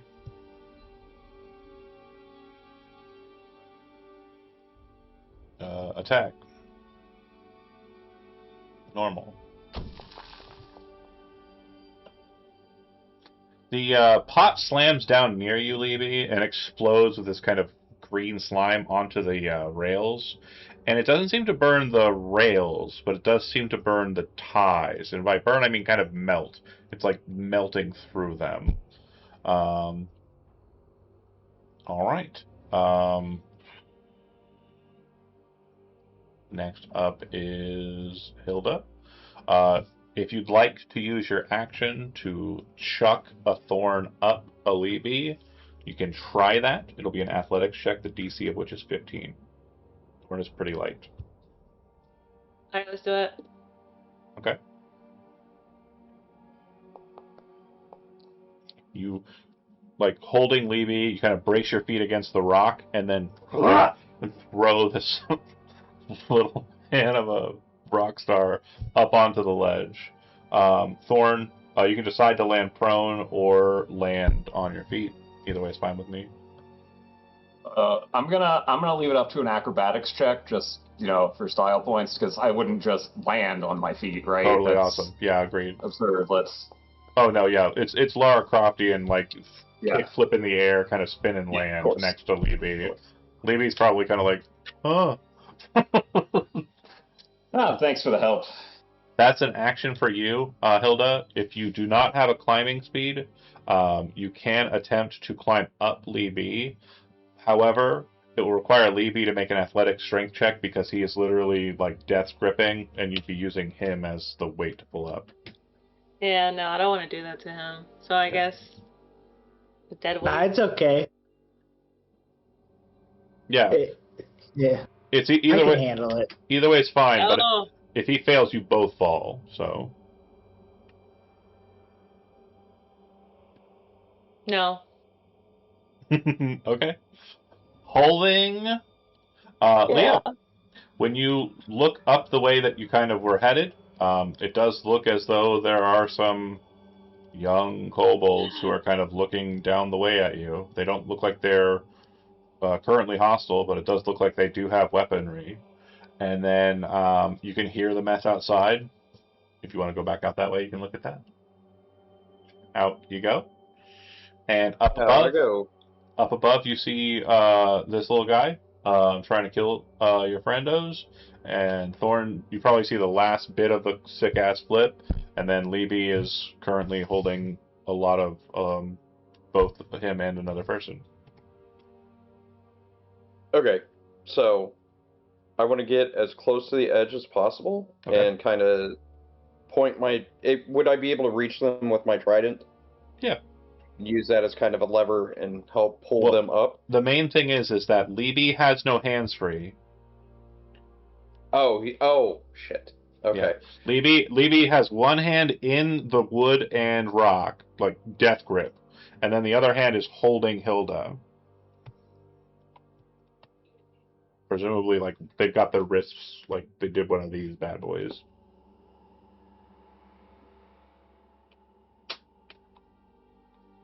Well, give me just a second here. You could reach down and just grab Libby and start lifting him up. You have a strength of 27 or something ridiculous. Yeah, it's something ridiculous. Yeah. Yeah, I'll just do that. Quick note: he rolled a belt of fire giant strength, a +3 weapon, and a +3 arm or shield. Something ridiculous. Again. Yeah, +1 plate, +3 shield, +3. 1 in 4 chance for an item to not be a consumable. I'm absolutely annoyed with you. But yeah, if you want to just grab Libby, make a strength athletics check to pull him and Hilda up. Again, it's a DC 15. I'll say modified by 2, so DC 17. Yeah, you grab a hold of Libby, and as your action, just lift Libby up. As his finger kind of pries away from it, you're able to kind of slither the two out onto this thing. I'd say with that drag effect, you can move yourself onto the space wherever you want to be, but ultimately, at the start of your turn, you'll be prone. Thoroughly impressed. Thoroughly impressed. Yeah, you guys will be prone to start it off. Okay, then Libby, or do you have any other things you want to do, Chad? I will bonus action second wind. Okay. You can focus instead if you prefer, but either way is fine. Libby, you're up next. Well, by up I mean prone.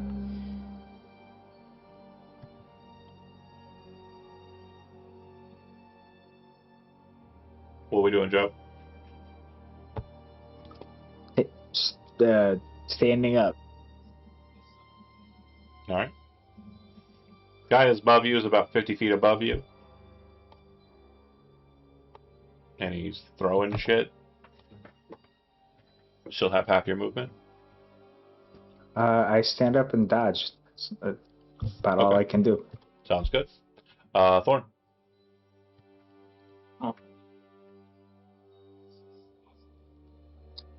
So, first of all, very rude, throwing junk at us. I am gonna go with command, as is tradition. Okay. So DC 17 Wisdom saving throw, of which I'm sure he's very good. Damn it. All right. Yeah. That's Yeah. a shame. That is a shame because I was looking at the odds and I'm like, this is a 5% chance through and through. We're gonna use that beguiling magic then. Okay. It's another saving throw. Yeah, see if we can get another 17. If he does, this guy ascends to godhood. Yeah. Oh, it was Scared or dangerously close. Yeah. Okay. All right. scared or charmed?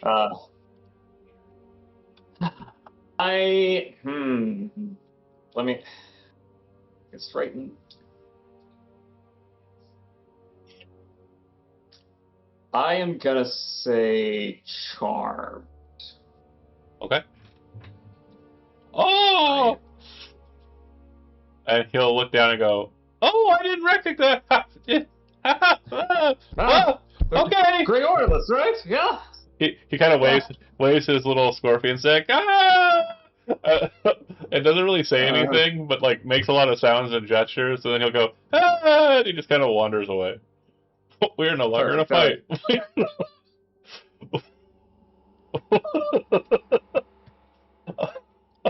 Nobody ever believes the Grey Orless is a popular band, and yet, yeah. Proof. You owe witness. He also probably recognized my nobility. The kobold was like, yeah, hey, okay, bye. Okay, so yeah, you're no longer in a fight. If you want to go murder the younglings, you're certainly welcome to. Wrong kind of rock and roll going on in here. There are some signs of movement south of you. It does look like a couple of kobolds have kind of run out onto the tracks. And they're looking around, but they don't see you.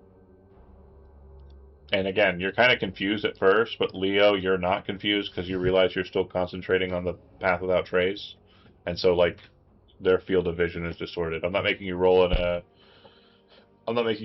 a stealth check, but I am making sure you understand that you're getting the benefits therein. Did the 9 add? I don't think yeah. the 9 added. No, I don't think it did. So, do you wish to advance? Or go ahead. When you said younglings, you literally mean younglings? I'd say, like, these are probably, like, teenagers and kobold years. So they're probably somewhere around the age of, like, 4.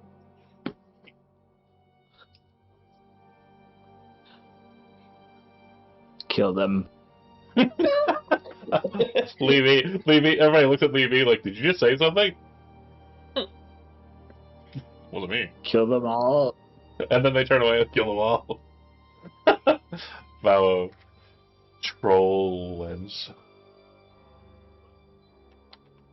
But yeah, it's just a little I hear something. It's a little too sweet.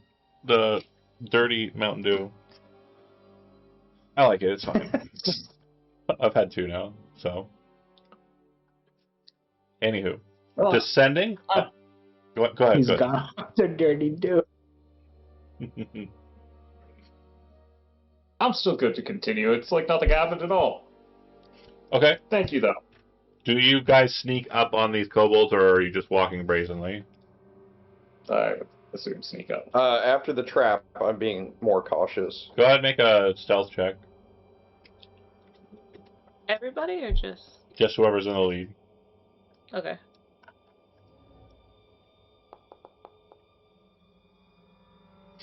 Yeah, so they're speaking in Draconic. They don't seem to recognize your presence. And one of them says something in Draconic, and the other one says something in Draconic. Does anybody speak Draconic? I speak Draconic, of course. Of course. What happened with the trap? Well, I don't know. It went off, I guess. Probably a mistake. Might have been a rat again. Yeah. Okay, well, let's head back down. Well, okay. And then they turn around and walk back down this way. If you want to kill them, now would be the time to do it.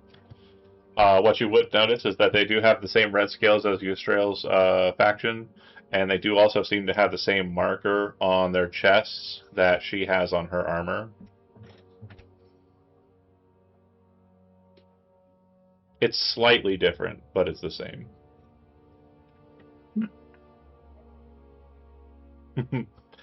Yeah, Tom. Foxen in the chat says, leave them alone. They're friend-shaped. Yeah, Tom, you noticed that. What do you do? They're dead shaped. That's what they well, are.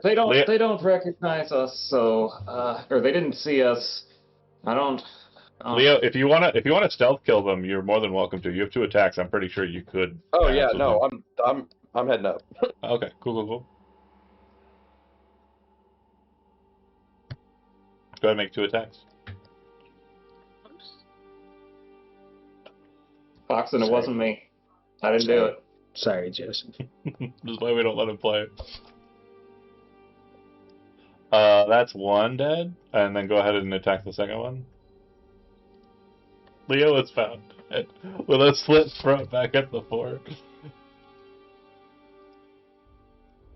That'll work as well. So you kind of rush behind them, skewer one, toss it to the side real quick, and then skewer the second one. And when you kind of investigate them, what you notice is that they are more in line, like adornment-wise, with the kobolds that you fought back in the waterfall structure. Yep. They do not appear to be identical to Eustrail. They appear to be more in line with like a red dragon or white dragon's devout kind of following. More like the red dragon. Okay. So, Leo very definitely... For the record, they could have been fans, and if you're going to kill my fans, that means you need to attend more concerts.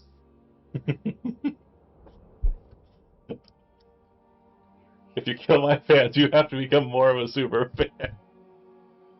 Just naturally. And everyone's my fan, so the more you kill, Leo. That one recognized me, and I don't think they get a lot of music in here. There's a stairway down. There's a continuation of the ramping. It goes underneath this stone here. Do you wish to follow the ramp? Were they trying to go back to these stairs and go down? Yes. That would be my recommendation then. Take the stairs down? Is that what you said? Yeah, that's where they were trying to go, so that implies to me that there is something that direction.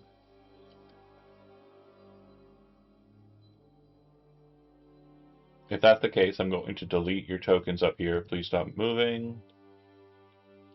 Permanently. Compromise to a permanent end by going down the stairs. Yeah. And Thanks, Tom. Bear with me here for a second. When you come down here, you can hear like a lot of blathering, more kobold, but this sounds like more raucous, body kind of draconic. For those of you who do speak Draconic, it sounds like they are drinking and having a drinking song. Every so often, in the midst of their discussion, though, you hear kind of a, like, it almost sounds like a poking sound, and then a sound. Like they're torturing somebody while they're doing it. Alright,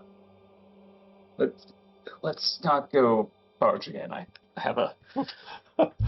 Edward's like, can I solve this problem by throwing money at it? No. I need fans. No, I'm not saying you can't do that. Just, let me try something first. So they're singing a drinking song, it sounds like, in Draconic. Is it one that I recognize? No, it is about the dumbest song you've ever heard. let's not make assumptions here, okay? I've written a lot of songs, okay? I might. No, I mean to say, like, it definitely sounds like it is just, like, the stupidest bit of music you've ever heard. It is the same two chords over and over again on an instrument you do not recognize. I can fucking play anything. It doesn't matter. I can play it like a god. But yeah, it definitely sounds it doesn't sound like it's very good. I am going to do the dumbest but most Thorn thing that I can imagine in this scenario. Walk Bunch in of and people singing. Yeah, Okay. I'm gonna activate Mantle of Majesty, so we can finally see my sweet laser show. If you want to pop that picture back up. just for the visual. Yeah. You got it. So this is what he actually looks like right now. Yeah, just smoke starts billowing out around me, laser lights showing up, glowing. I Alright. am gonna pull out the clangiest instrument that I can. To match their energy. And I am gonna fall into that same rhythm of the repeated two sounds. I wouldn't necessarily call them chords at this point. And trying to fall into the rhythm of their quote unquote. I want you to make a performance check. All right. And I think I know exactly. I'm visualizing this, and when I explain my visualization, I hope you agree, because I think this is the funniest thing that might have ever happened in any game I've ever run. Can I get advantage on this just because of the audacity? No, certainly not. All right. Well, that's not 15. Okay. I might. I used human inspiration, so I still have inspiration recharge. Is that how that? Yeah. You know what? We're gonna. I don't feel like I quite hit that Roll again. clang. Right? Yeah, we're gonna. Sorry. So the acoustics, it's not quite. What the fuck is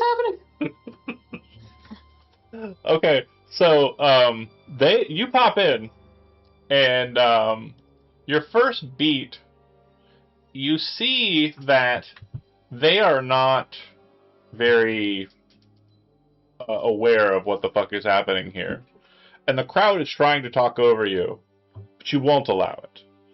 Right. In that first bit, do you have a bonus action? I do. And it is? Well, with Mantle of Majesty up, I can just fire off command over and over. So who's your first target?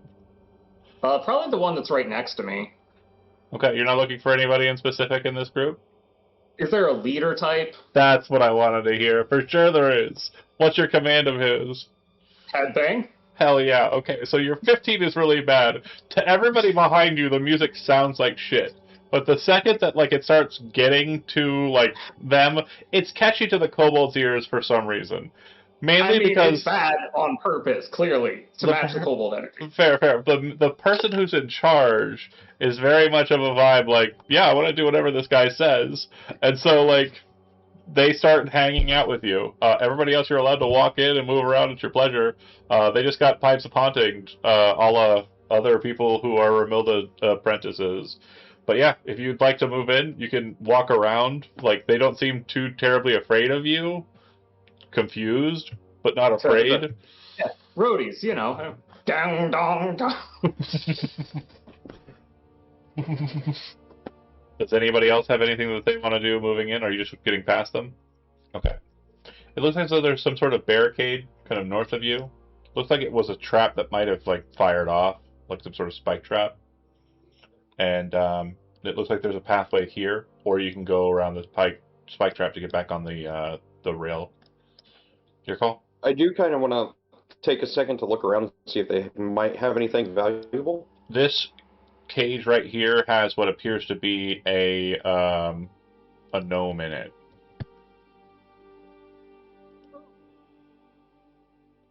Like a whole ass gnome.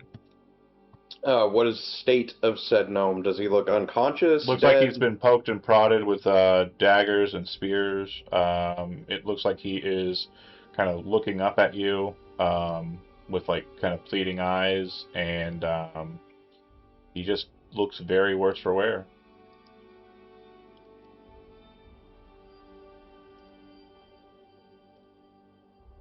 He looks like this, but more beaten up.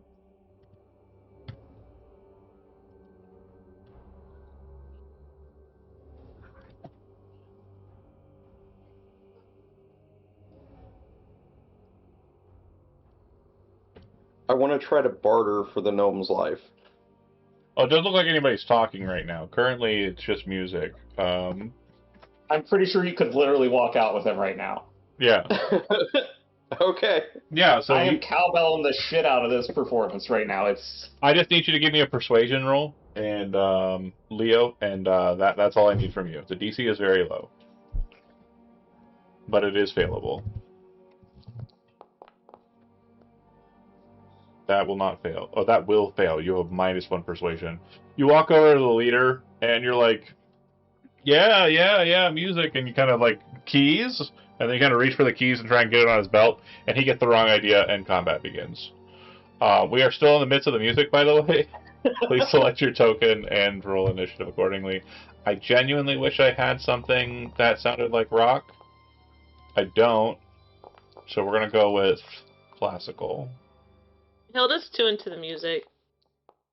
I would we can't obviously use it because we'll be copyright stricken into the ground, but the Alan Parsons Project song that they play when the Chicago Bulls come out, like in the finals in the 90s, that's what this is like. This is the whole laser show, the smoke. Hell yeah. This kobold here is like, ah! And like, we'll see Leo and fight Leo with his koboldness. He has pack tactics, so with his dagger, he's going to be making an attack with advantage. That'll miss. Next up on the docket is, I believe, this kobold inventor. I'm sorry. I don't see my token at all. You see it now? Yeah. There you go. You were wallflowering. Yep. For sure. That sounds like a Levy thing to do. Okay, so this little guy, you don't see him. He comes out, and remember the guy up above? Same fit, basically, just a little different. Just wild shit, crazy fucking stuff. And then, why is this happening? I said next turn. And then next turn. And then this guy here is in the midst of the partying, so he's just not involved. And bear with me here. Libby, at some point during that process, you can go ahead and take your turn.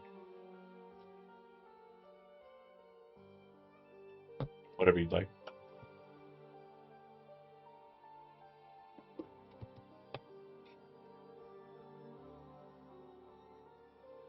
Yep. You there, Joe? You're muted if you're talking. Okay, we'll just continue. Kobold. It took all of his strength to roll initiative. We'll continue dancing. Leo, you're up.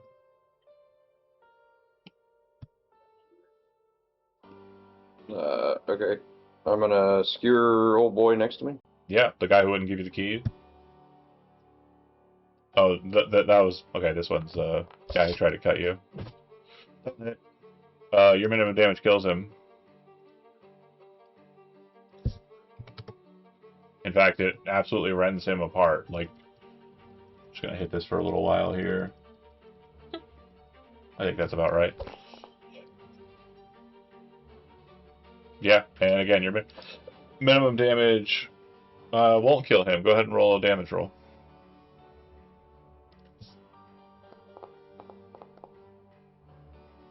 Yeah, that will kill him. Again, horrifically. Okay. Your action surging against kobolds. Okay, we love that. Why not? 2 more. Go for We it. got an hour left. Go for it.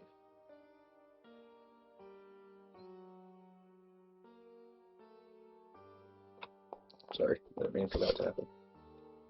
That'll hit. And dead.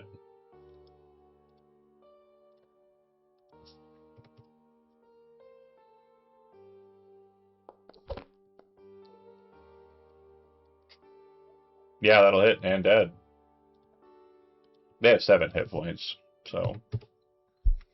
The lead one had an 18, or the inventor had 8, but yeah, dead as well. So just runs in, splits this one guy in half, the music is still going, splits this other guy in half, spins the trident, like cutting another kobold's head off, and then just skewers this one, lifts it up to the ceiling, laughing, probably maniacally.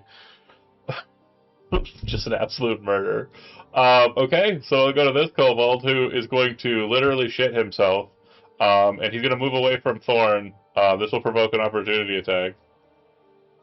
Just because we are fully off the rails here now at this point, I believe at one point we turned my instrument into a great club for exactly this scenario. When I'm just going to, in the middle of a performance, try to club them with the instrument. Okay. Oh, I'm too focused on the music. Yeah. Go ahead and roll a d20. And fine. Doesn't do damage to it. Just the flailing, spinning around, miss, just not quite there. And it's your turn. He gets out and kind of continues on a bit. Looks like he is running down that hill. Well, how far is he moving in one turn? Hold on. 30, 60?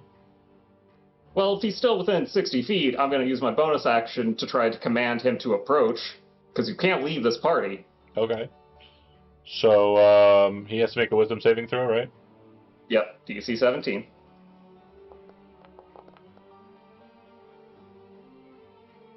Down his turn, he's coming back to the party. You see him at a very good clip run and then just stop. Okay. It'll go to dead kobold. It'll go to living kobold. This one, again, scared, hasn't seen Lee B yet, will run, and can't get away because Lee B's in the way. Will drop to his knees and hold his head and start crying. That's not headbanging. Correct. I thought we were having a party! Oh, I thought we were having a party! He's saying in Draconic. Why are your friend doing this? Hilda, you're up. It looks like there are 2 remaining, and 1 coming back to get slaughtered. But this one's like down on its knees over here. Yeah, but they were torturing a gnome. I know, but now I kind of feel a little bad. He dropped down to his knees and crying, but I'm All still gonna hit him. I guarantee Leo's gonna do it for you if you don't. He's already taking care of the whole room, basically. Yeah, you make it gentle. You make it quick. You're just like, it's okay. Shh, it'll be over soon. Next one. Can I just throw at the? Oh, I meant to. Go ahead and give me the attack. Yeah, so you hit him through the chest. The spear goes all the way through him, like almost to the butt, and like slams him against the wall. He's like a good like spear length away from the wall, hanging there. I was a party. Blood shooting out of his maw. Yeah, I'm gonna say that's the end of the fight. Great. The nice little Nearly finish on the musical. nearly as many casualties as a Diamond Golf concert. So yeah, the music kind of like you end it like on a kind of simple note. Looking around the area, you're able to find the key and get the gnome out. The gnome will kind of look to you and say, "Thanks.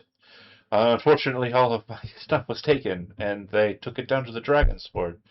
It's quite the big dragon. I'm willing to help you, but I have no itemry of my own. I can use a scimitar or other type of blade." Sorry, did you say dragon?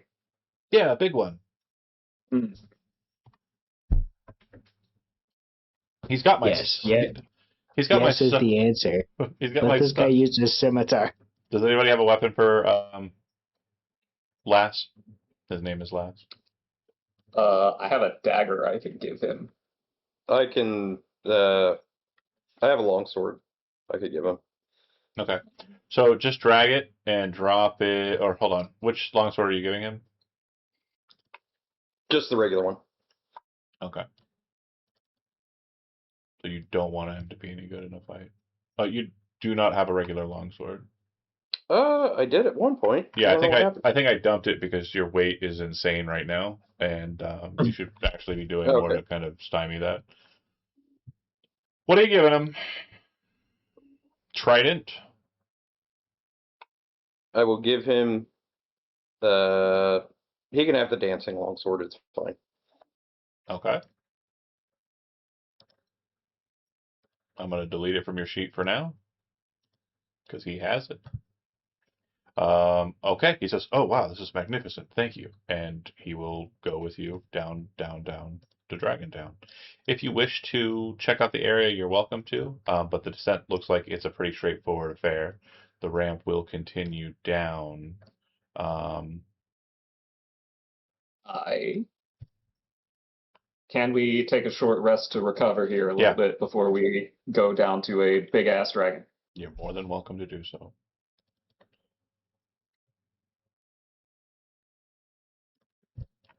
All right.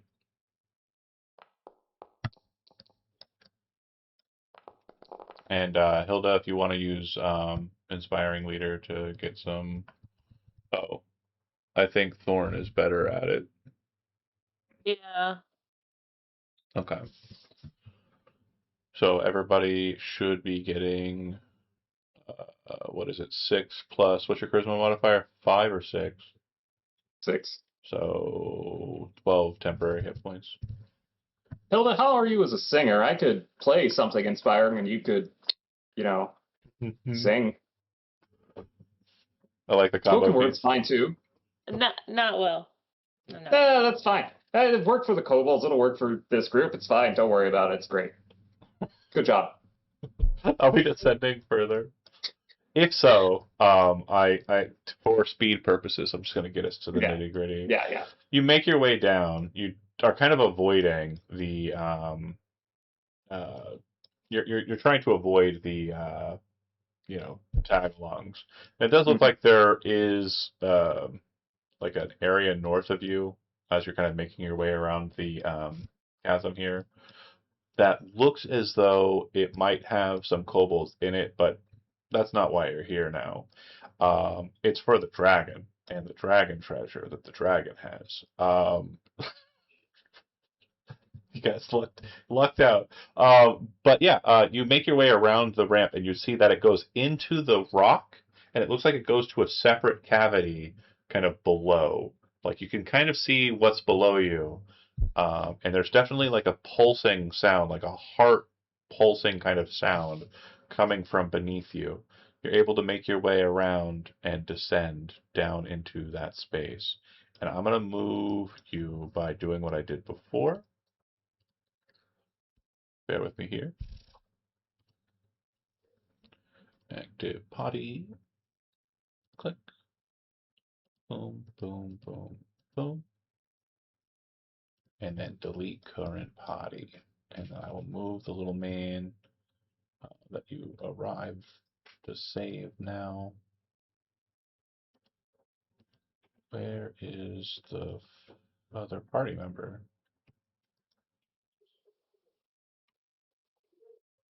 Who am I missing over here? Me. Where's your token at? Can you ping it?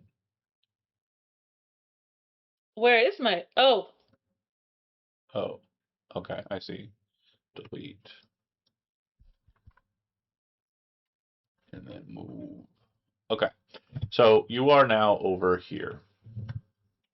And when you come down and around the ramp, you would see that there's kind of like a end point. Below you, there's a large cavity, the bottom of the shaft. Looks like you can see the core of the shaft there in the center that ascends all the way back up to the top.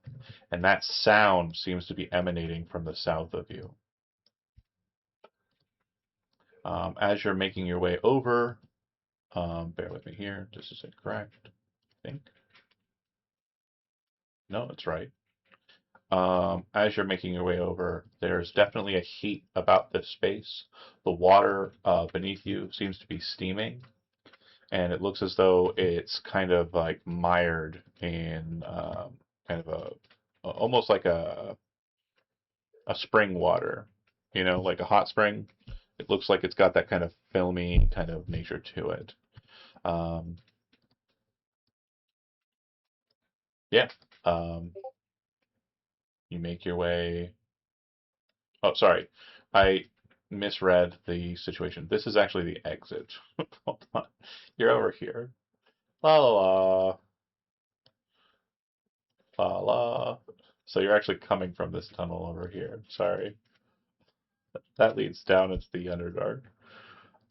Or Foul Deep, if you will. Legally distinct. Legally distinct Underdark.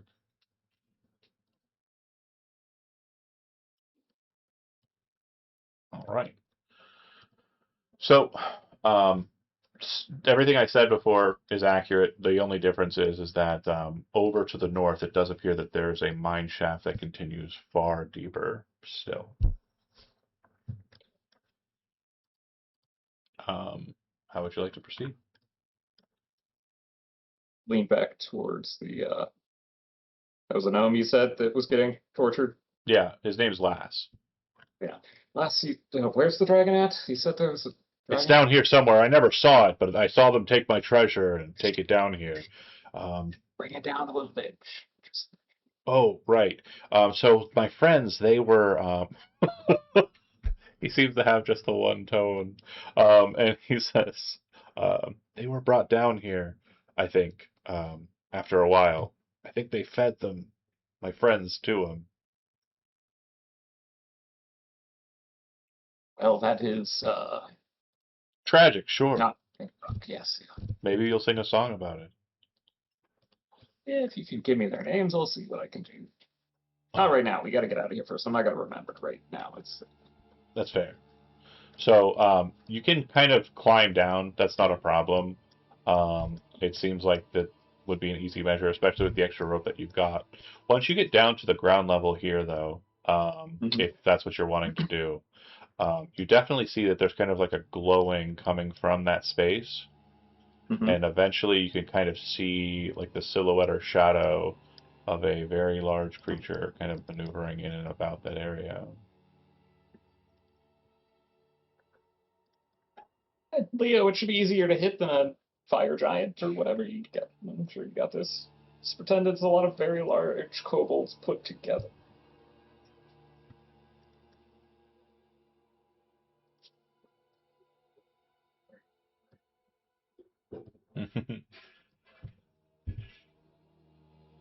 Where'd he go? Where'd Leo go? I don't know. Oh, right here, okay.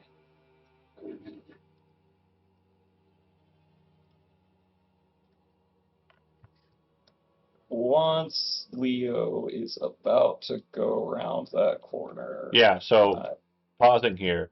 Leo, as you kind of make your way through, you would see kind of like a glowing ember of light for a second, and then you'd see that like glow creates this very dark shadow ahead of you. The amount of light that you see is kind of minuscule at first, but it starts to brighten quite heavily. I'm going to go ahead and show you what you're up face to face with. I think you already know. You're not dumb people. And if it gets to go before you, it will be utilizing its first action to breath weapon your face. I am trying to cast mirror image before he comes around the corner. That's what I was trying to say. So.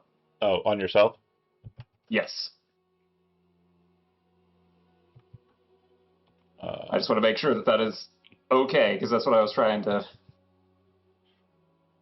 Yeah. That's fine. I'll allow it. Well, Because. it lasts a minute. Yeah. I'll allow That's it. what I was trying to say as he was going to go around the corner. I'll allow it, but I'll say it'll be deficient 1 round of its time. So the very first round will actually be the, yeah. Yep. Cool. Everybody where they want to be, token wise. Yeah. Yep. Yeah. Okay. It's about a 20-foot descent down from there. So just again, if you want to move up closer, you're welcome to do so. In the meantime, I'm going to put up an initiative target. And I am going to also add my dragon to it. Bear with.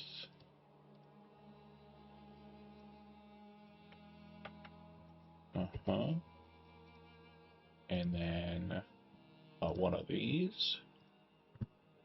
And then some of this. I'm gonna go with.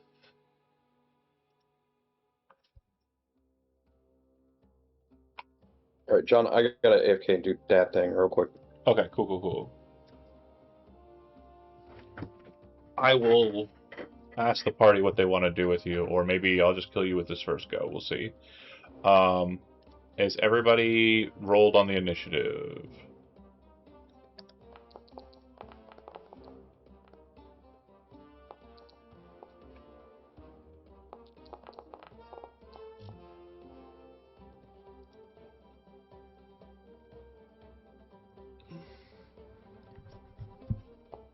I think I'm just missing Joe. Did you get last? Oh, right. Thank you. Never heard of him. Don't make me remember the NPCs I just threw into the game. Alright. You know what? This music isn't epic enough. You're fighting a goddamn dragon. Yay. Chaos. Okay, so everybody's on the docket. Obviously, Leo is in NPC mode. We're waiting for Joe. Right. I can be patient.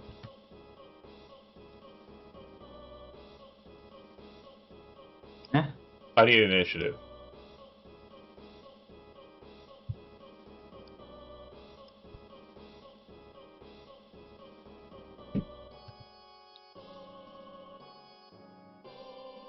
This is too epic. Maybe? I mean, we'll see how the first round goes, and then you can decide, because it may or may not turn out to be very epic, depending on that first No, I mean round. the music. The music I'm No, putting that's what I mean. It might be very accurate if we all get scorched to death. That's fair. Like the Tower of Ruin. Uh-huh. Okay, so Dragon Time, obviously Breath Weapon is happening.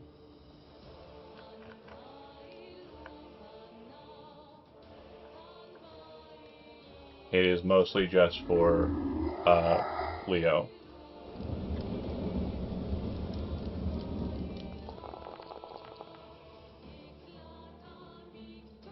Okay. I'm gonna roll for Leo because he's doing dad stuff. Here we go.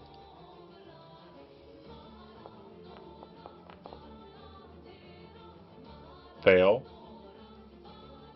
And he will absolutely get burned down to a crisp. He is at 0 hit points. The dragon, after breathing, will end its turn. Hilda, you're up.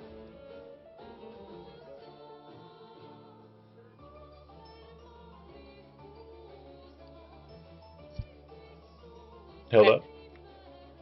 Okay.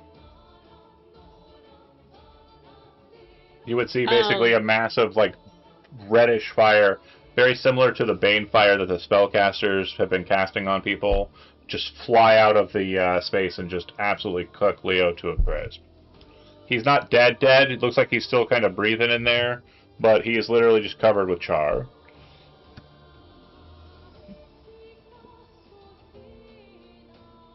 Okay.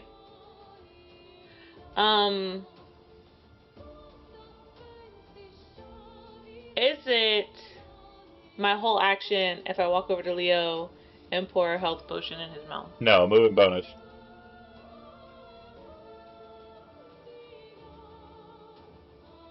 So it's just a bonus action? Move up, and then bonus, yeah. Hold please. What do I have?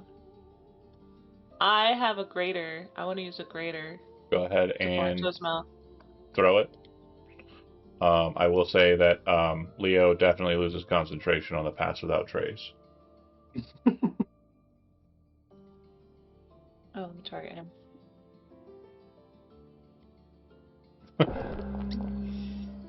Okay. And anything else, Zelda? You still have an action and Okay. still have 10 feet of movement. Okay. Okay, now I can see the thing. Yeah. Okay. If you move one more space, you'll be adjacent to it. Might as well. Let's go. Alright. So I can do 2 attacks on him? Yeah, you still have 2 attacks, that's right. Okay, okay. That will miss. Okay. Yeah, so the War Spear slams against the dragon hide and kind of scrapes across it, and you realize its hide is very tough. No, I'm gonna action surge. Okay.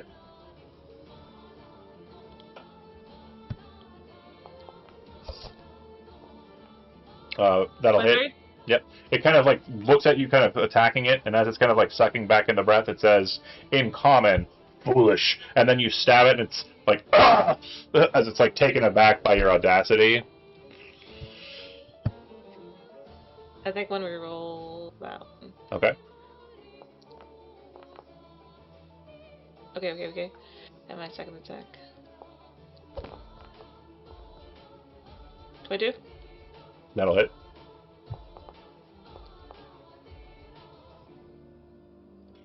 In reply to being stabbed twice, it looks down at you and says, "Foul dwarf, I've sucked on your kind's flesh before." It will then go to Libby.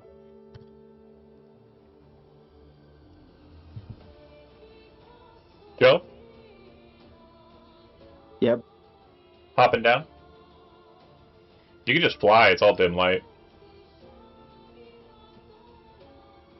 Batman yeah. that bitch.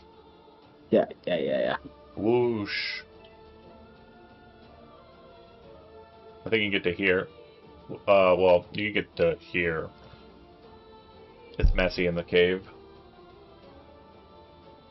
You'll see when you get there.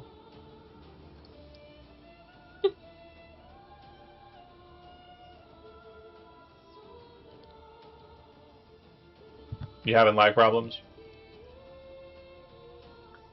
Joe? Yes. Okay. To help, I'm just Hello? gonna move. Yeah, I can hear you. It's just there seems to be a bit of a delay. I attacked that guy! Woo! I'm gonna move you up. Well, that's the wrong guy. I'm gonna move you up. It looks like there's no space to move in to actually attack physically. So unless you have a range attack, I wouldn't suggest going in the hole.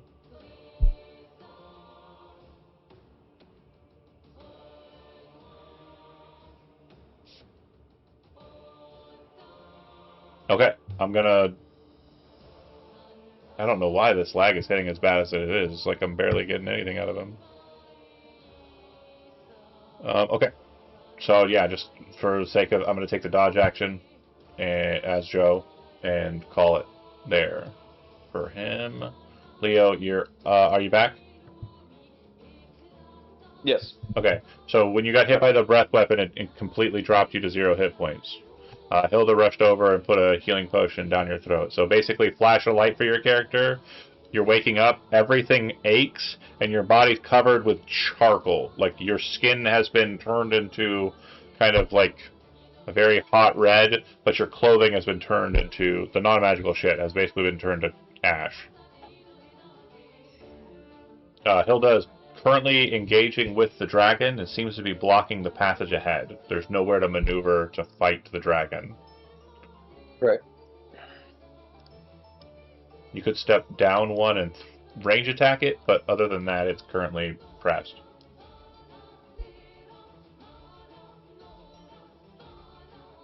Throw that fancy ass trident.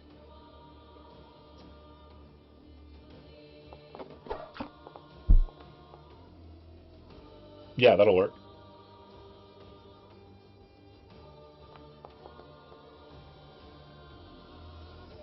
Solid. You bonus action return it, Yep. and then throw it again.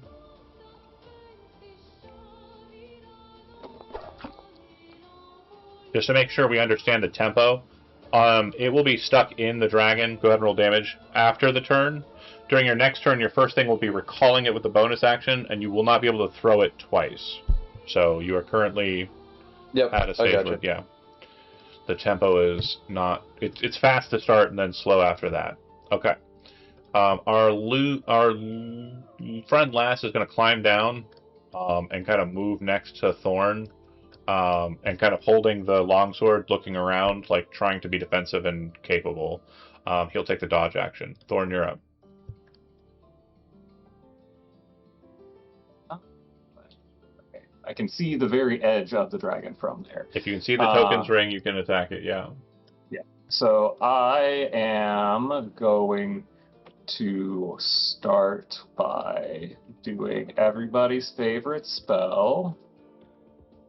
I'm not gonna worry about the tablet. I'm just gonna hit it with slow. DC 17 Wisdom save, which I'm sure it will make. Gladly. And then I am gonna drop myself into the abyss for a second again. Sorry. Mantle of Inspiration. Yeah. Okay. Which will then let me move back to here, and if anybody wants to reposition, they can. Everybody can move as a reaction. It'll cost your reaction to do it, but it makes it so you don't provoke opportunity attacks. And it gives you 10 temp hit points. Those have been added, yeah. Yeah. We can move our full movement. Yeah. Correct. So if we want to let it slightly more into the tunnel. Kimmy, you want to do it piece by piece. You do not want to move it all at once. So just go up and then around. You should have a total of 60 at the end of your movement tracking. I see. Okay. Everybody trying to move through walls, I swear to God. Okay. That's it, Thorn? Dragon time. Yes, yeah. First things first. Nope. Okay. It will teleport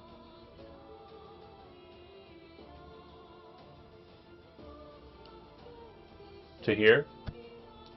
Once it kind of appears, you see it kind of manifest like out of the wall through cherry blossoms, as it seems to be walking out of this like spatial dimension.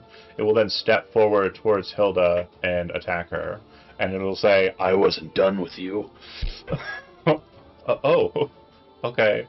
Multi-attack, 3 attacks. I believe it's bite, claw, claw, or claw, claw, bite. We'll go claw, claw, bite. That's tradition.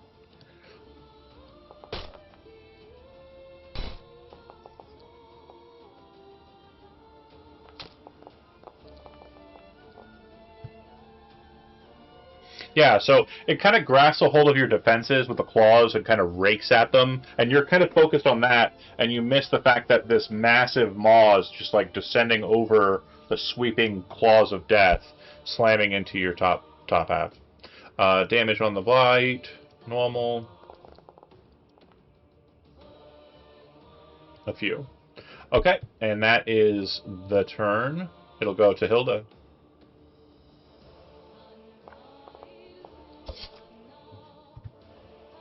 Yeah, that'll hit.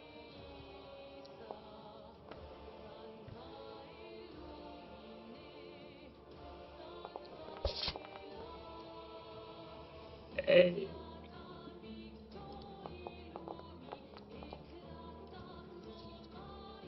It is not immune to crits, so, yep, okay. And apply. Checking something here. Hold on. Nope, not quite yet. Okay. Levy, you're up.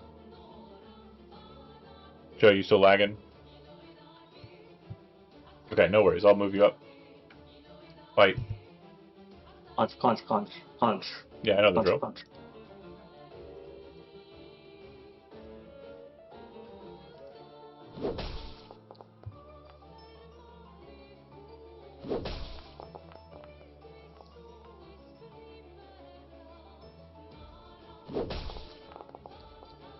And I'll go ahead and say, just because we're end of night, he's going to Monk's Focus it up for Flurry.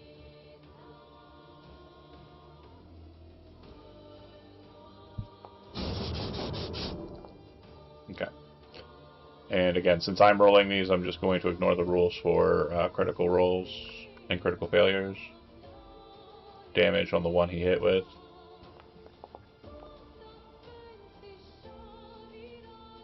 And I believe that is my trap card. Yep. It will recover its breath weapon and immediately use it when it becomes bloodied. Oh, right.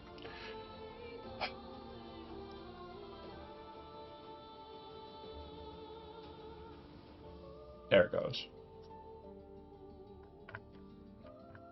I think I'm gonna go like that. Dex saving throws from all 4 of these individuals here.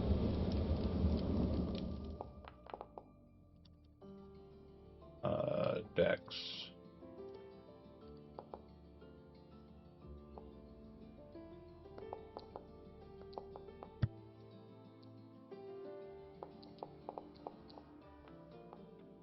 Okay.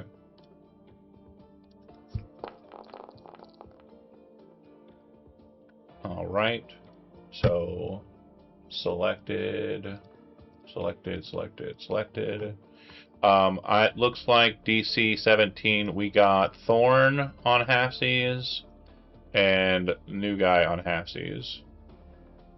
Everybody else is taking full. That will drop Leo again. He's taking 2 breath weapons to the face, and he's not dead. So, champion shit. That was a recharge on Levy's turn. It'll go to Leo. Go ahead and give me a death saving throw. Bottom, just hit the big skull.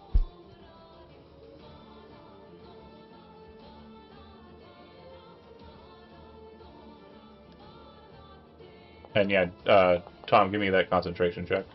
That'll be 2 failed death saving throws, so you have 1 more remaining, and you are dead if you fail that. I'm not sure what it's asking for a concentration save for, because I don't think mirror images is concentration. Oh, let's see what you're concentrating on. Slow. Which didn't trigger, Yeah, so. It maintained it. That's funny. Yeah. Okay.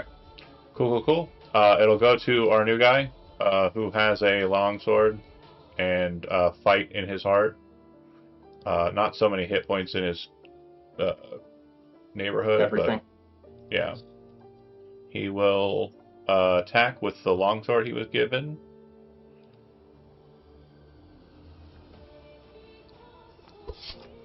Three times.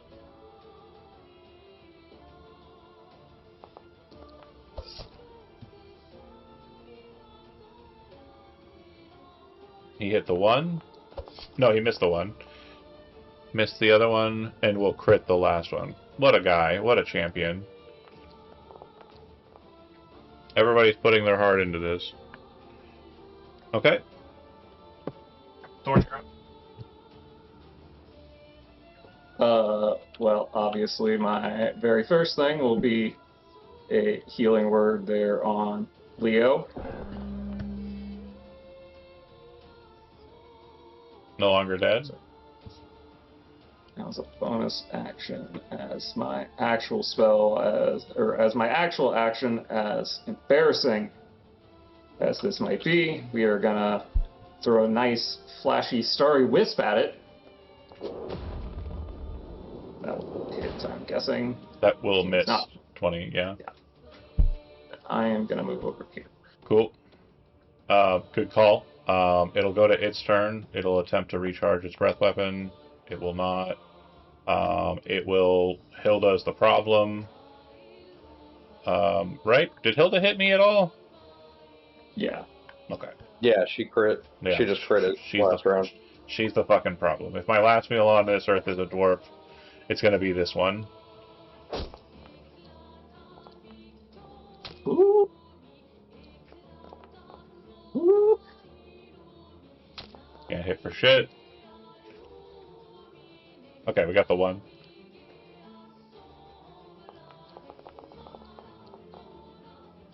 Alright, Hilda, 21 damage. I think that drops you to 0, right? Mhm. Okay. Claw, bite. Again, Hilda's not able to kind of get her shield up quick enough for the bite. Thrown off by it, she takes the shot. Go ahead and give me a death saving throw. Okay. Hold on. I do have a wounds of closure. Oh, yeah. So you'll automatically stabilize, I think. When you make a death saving throw, you can change your roll of 9 or lower to a 10. Yeah. So go ahead and roll, see if we get to 20. If you get to 20, you get to take your whole turn with a single hit point.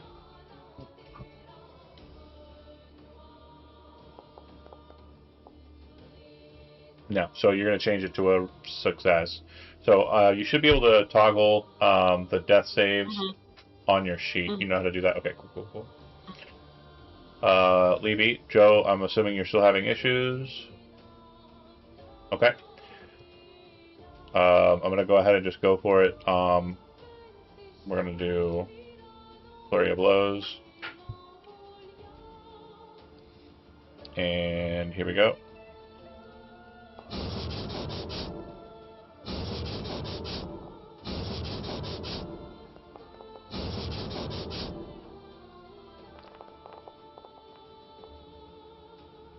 Unfortunately, no hits. Okay. Leo, you're up. Well, you're prone. You can stand up and move if you'd like. It seems like they're trying to fan, so you might want to maybe move close to Levy. I'll say Levy kind of circles, so we have some space. I'm gonna bonus action and recall the weapon. Okay. And then stab it twice. Yes.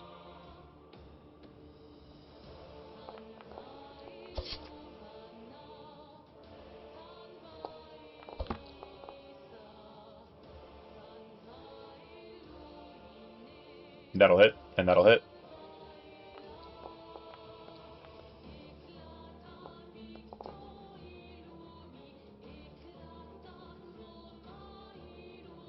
Yeah, good call. Action surge on the table. Okay.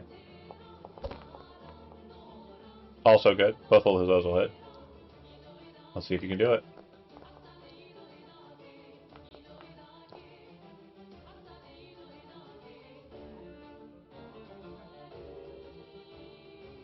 Close.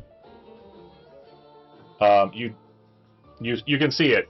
You saw the math get put in there. Can you guess how many hit points that is?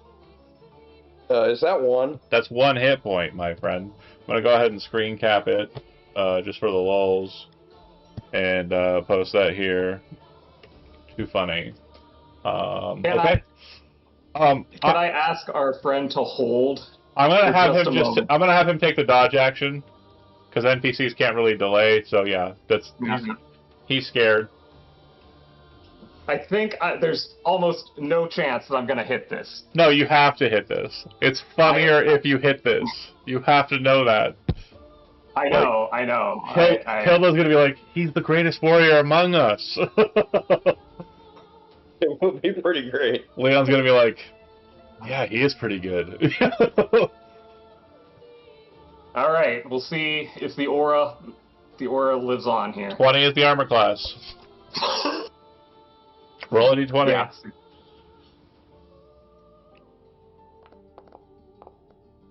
Okay, so it'll reduce it down to fine. Fine, vicious longsword. Yeah, and then I am gonna... Oh, let me make sure I target the right person here. Don't heal the dragon.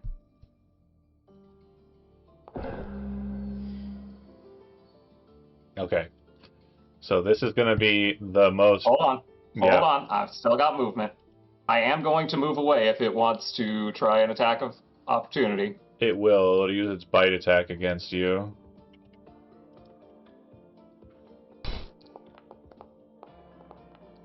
Oh boy. Yeah, it will.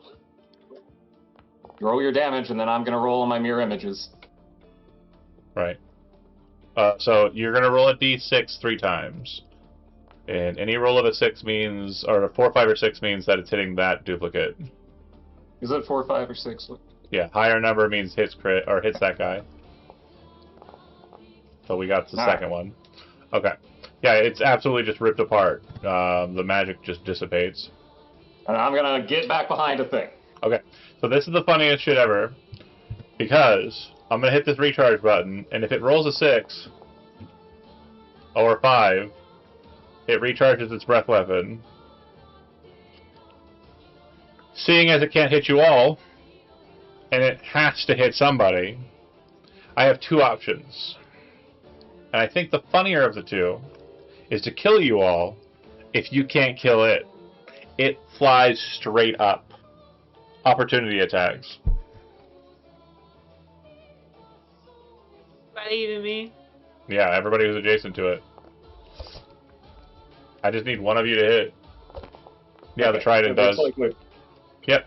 So as it's trying to lift off, and you can see the breath kind of filling in its mouth, you all slam into it very quickly and kill it, dropping it to the ground. But yeah, had you all missed in that, I would have melted every single one of you, including Thorn. It dies, ignobly, on the ground. Sad. I'm more sad about that than the kobolds. Oh, because the kobolds got the party on their way out. Yeah, for sure. Exactly. Exactly. Delete, save. Cool. In the aftermath, I'm going to go ahead and say, for purposes of this, there is a treasure trove. I'll be applying it, but just for the sake of those watching, that's pretty much it. Thanks for watching, those that did, and we're going to go ahead and end the stream. We will see you... I'll be on Solution stream tomorrow, playing my Dargor ripoff honestly, I think I really like Shadow of the Demon Lord. It's a very good role-playing game. I might run some of it myself eventually. But that, we are off on Sunday. I have Father's Day shenanigans for my wife's father.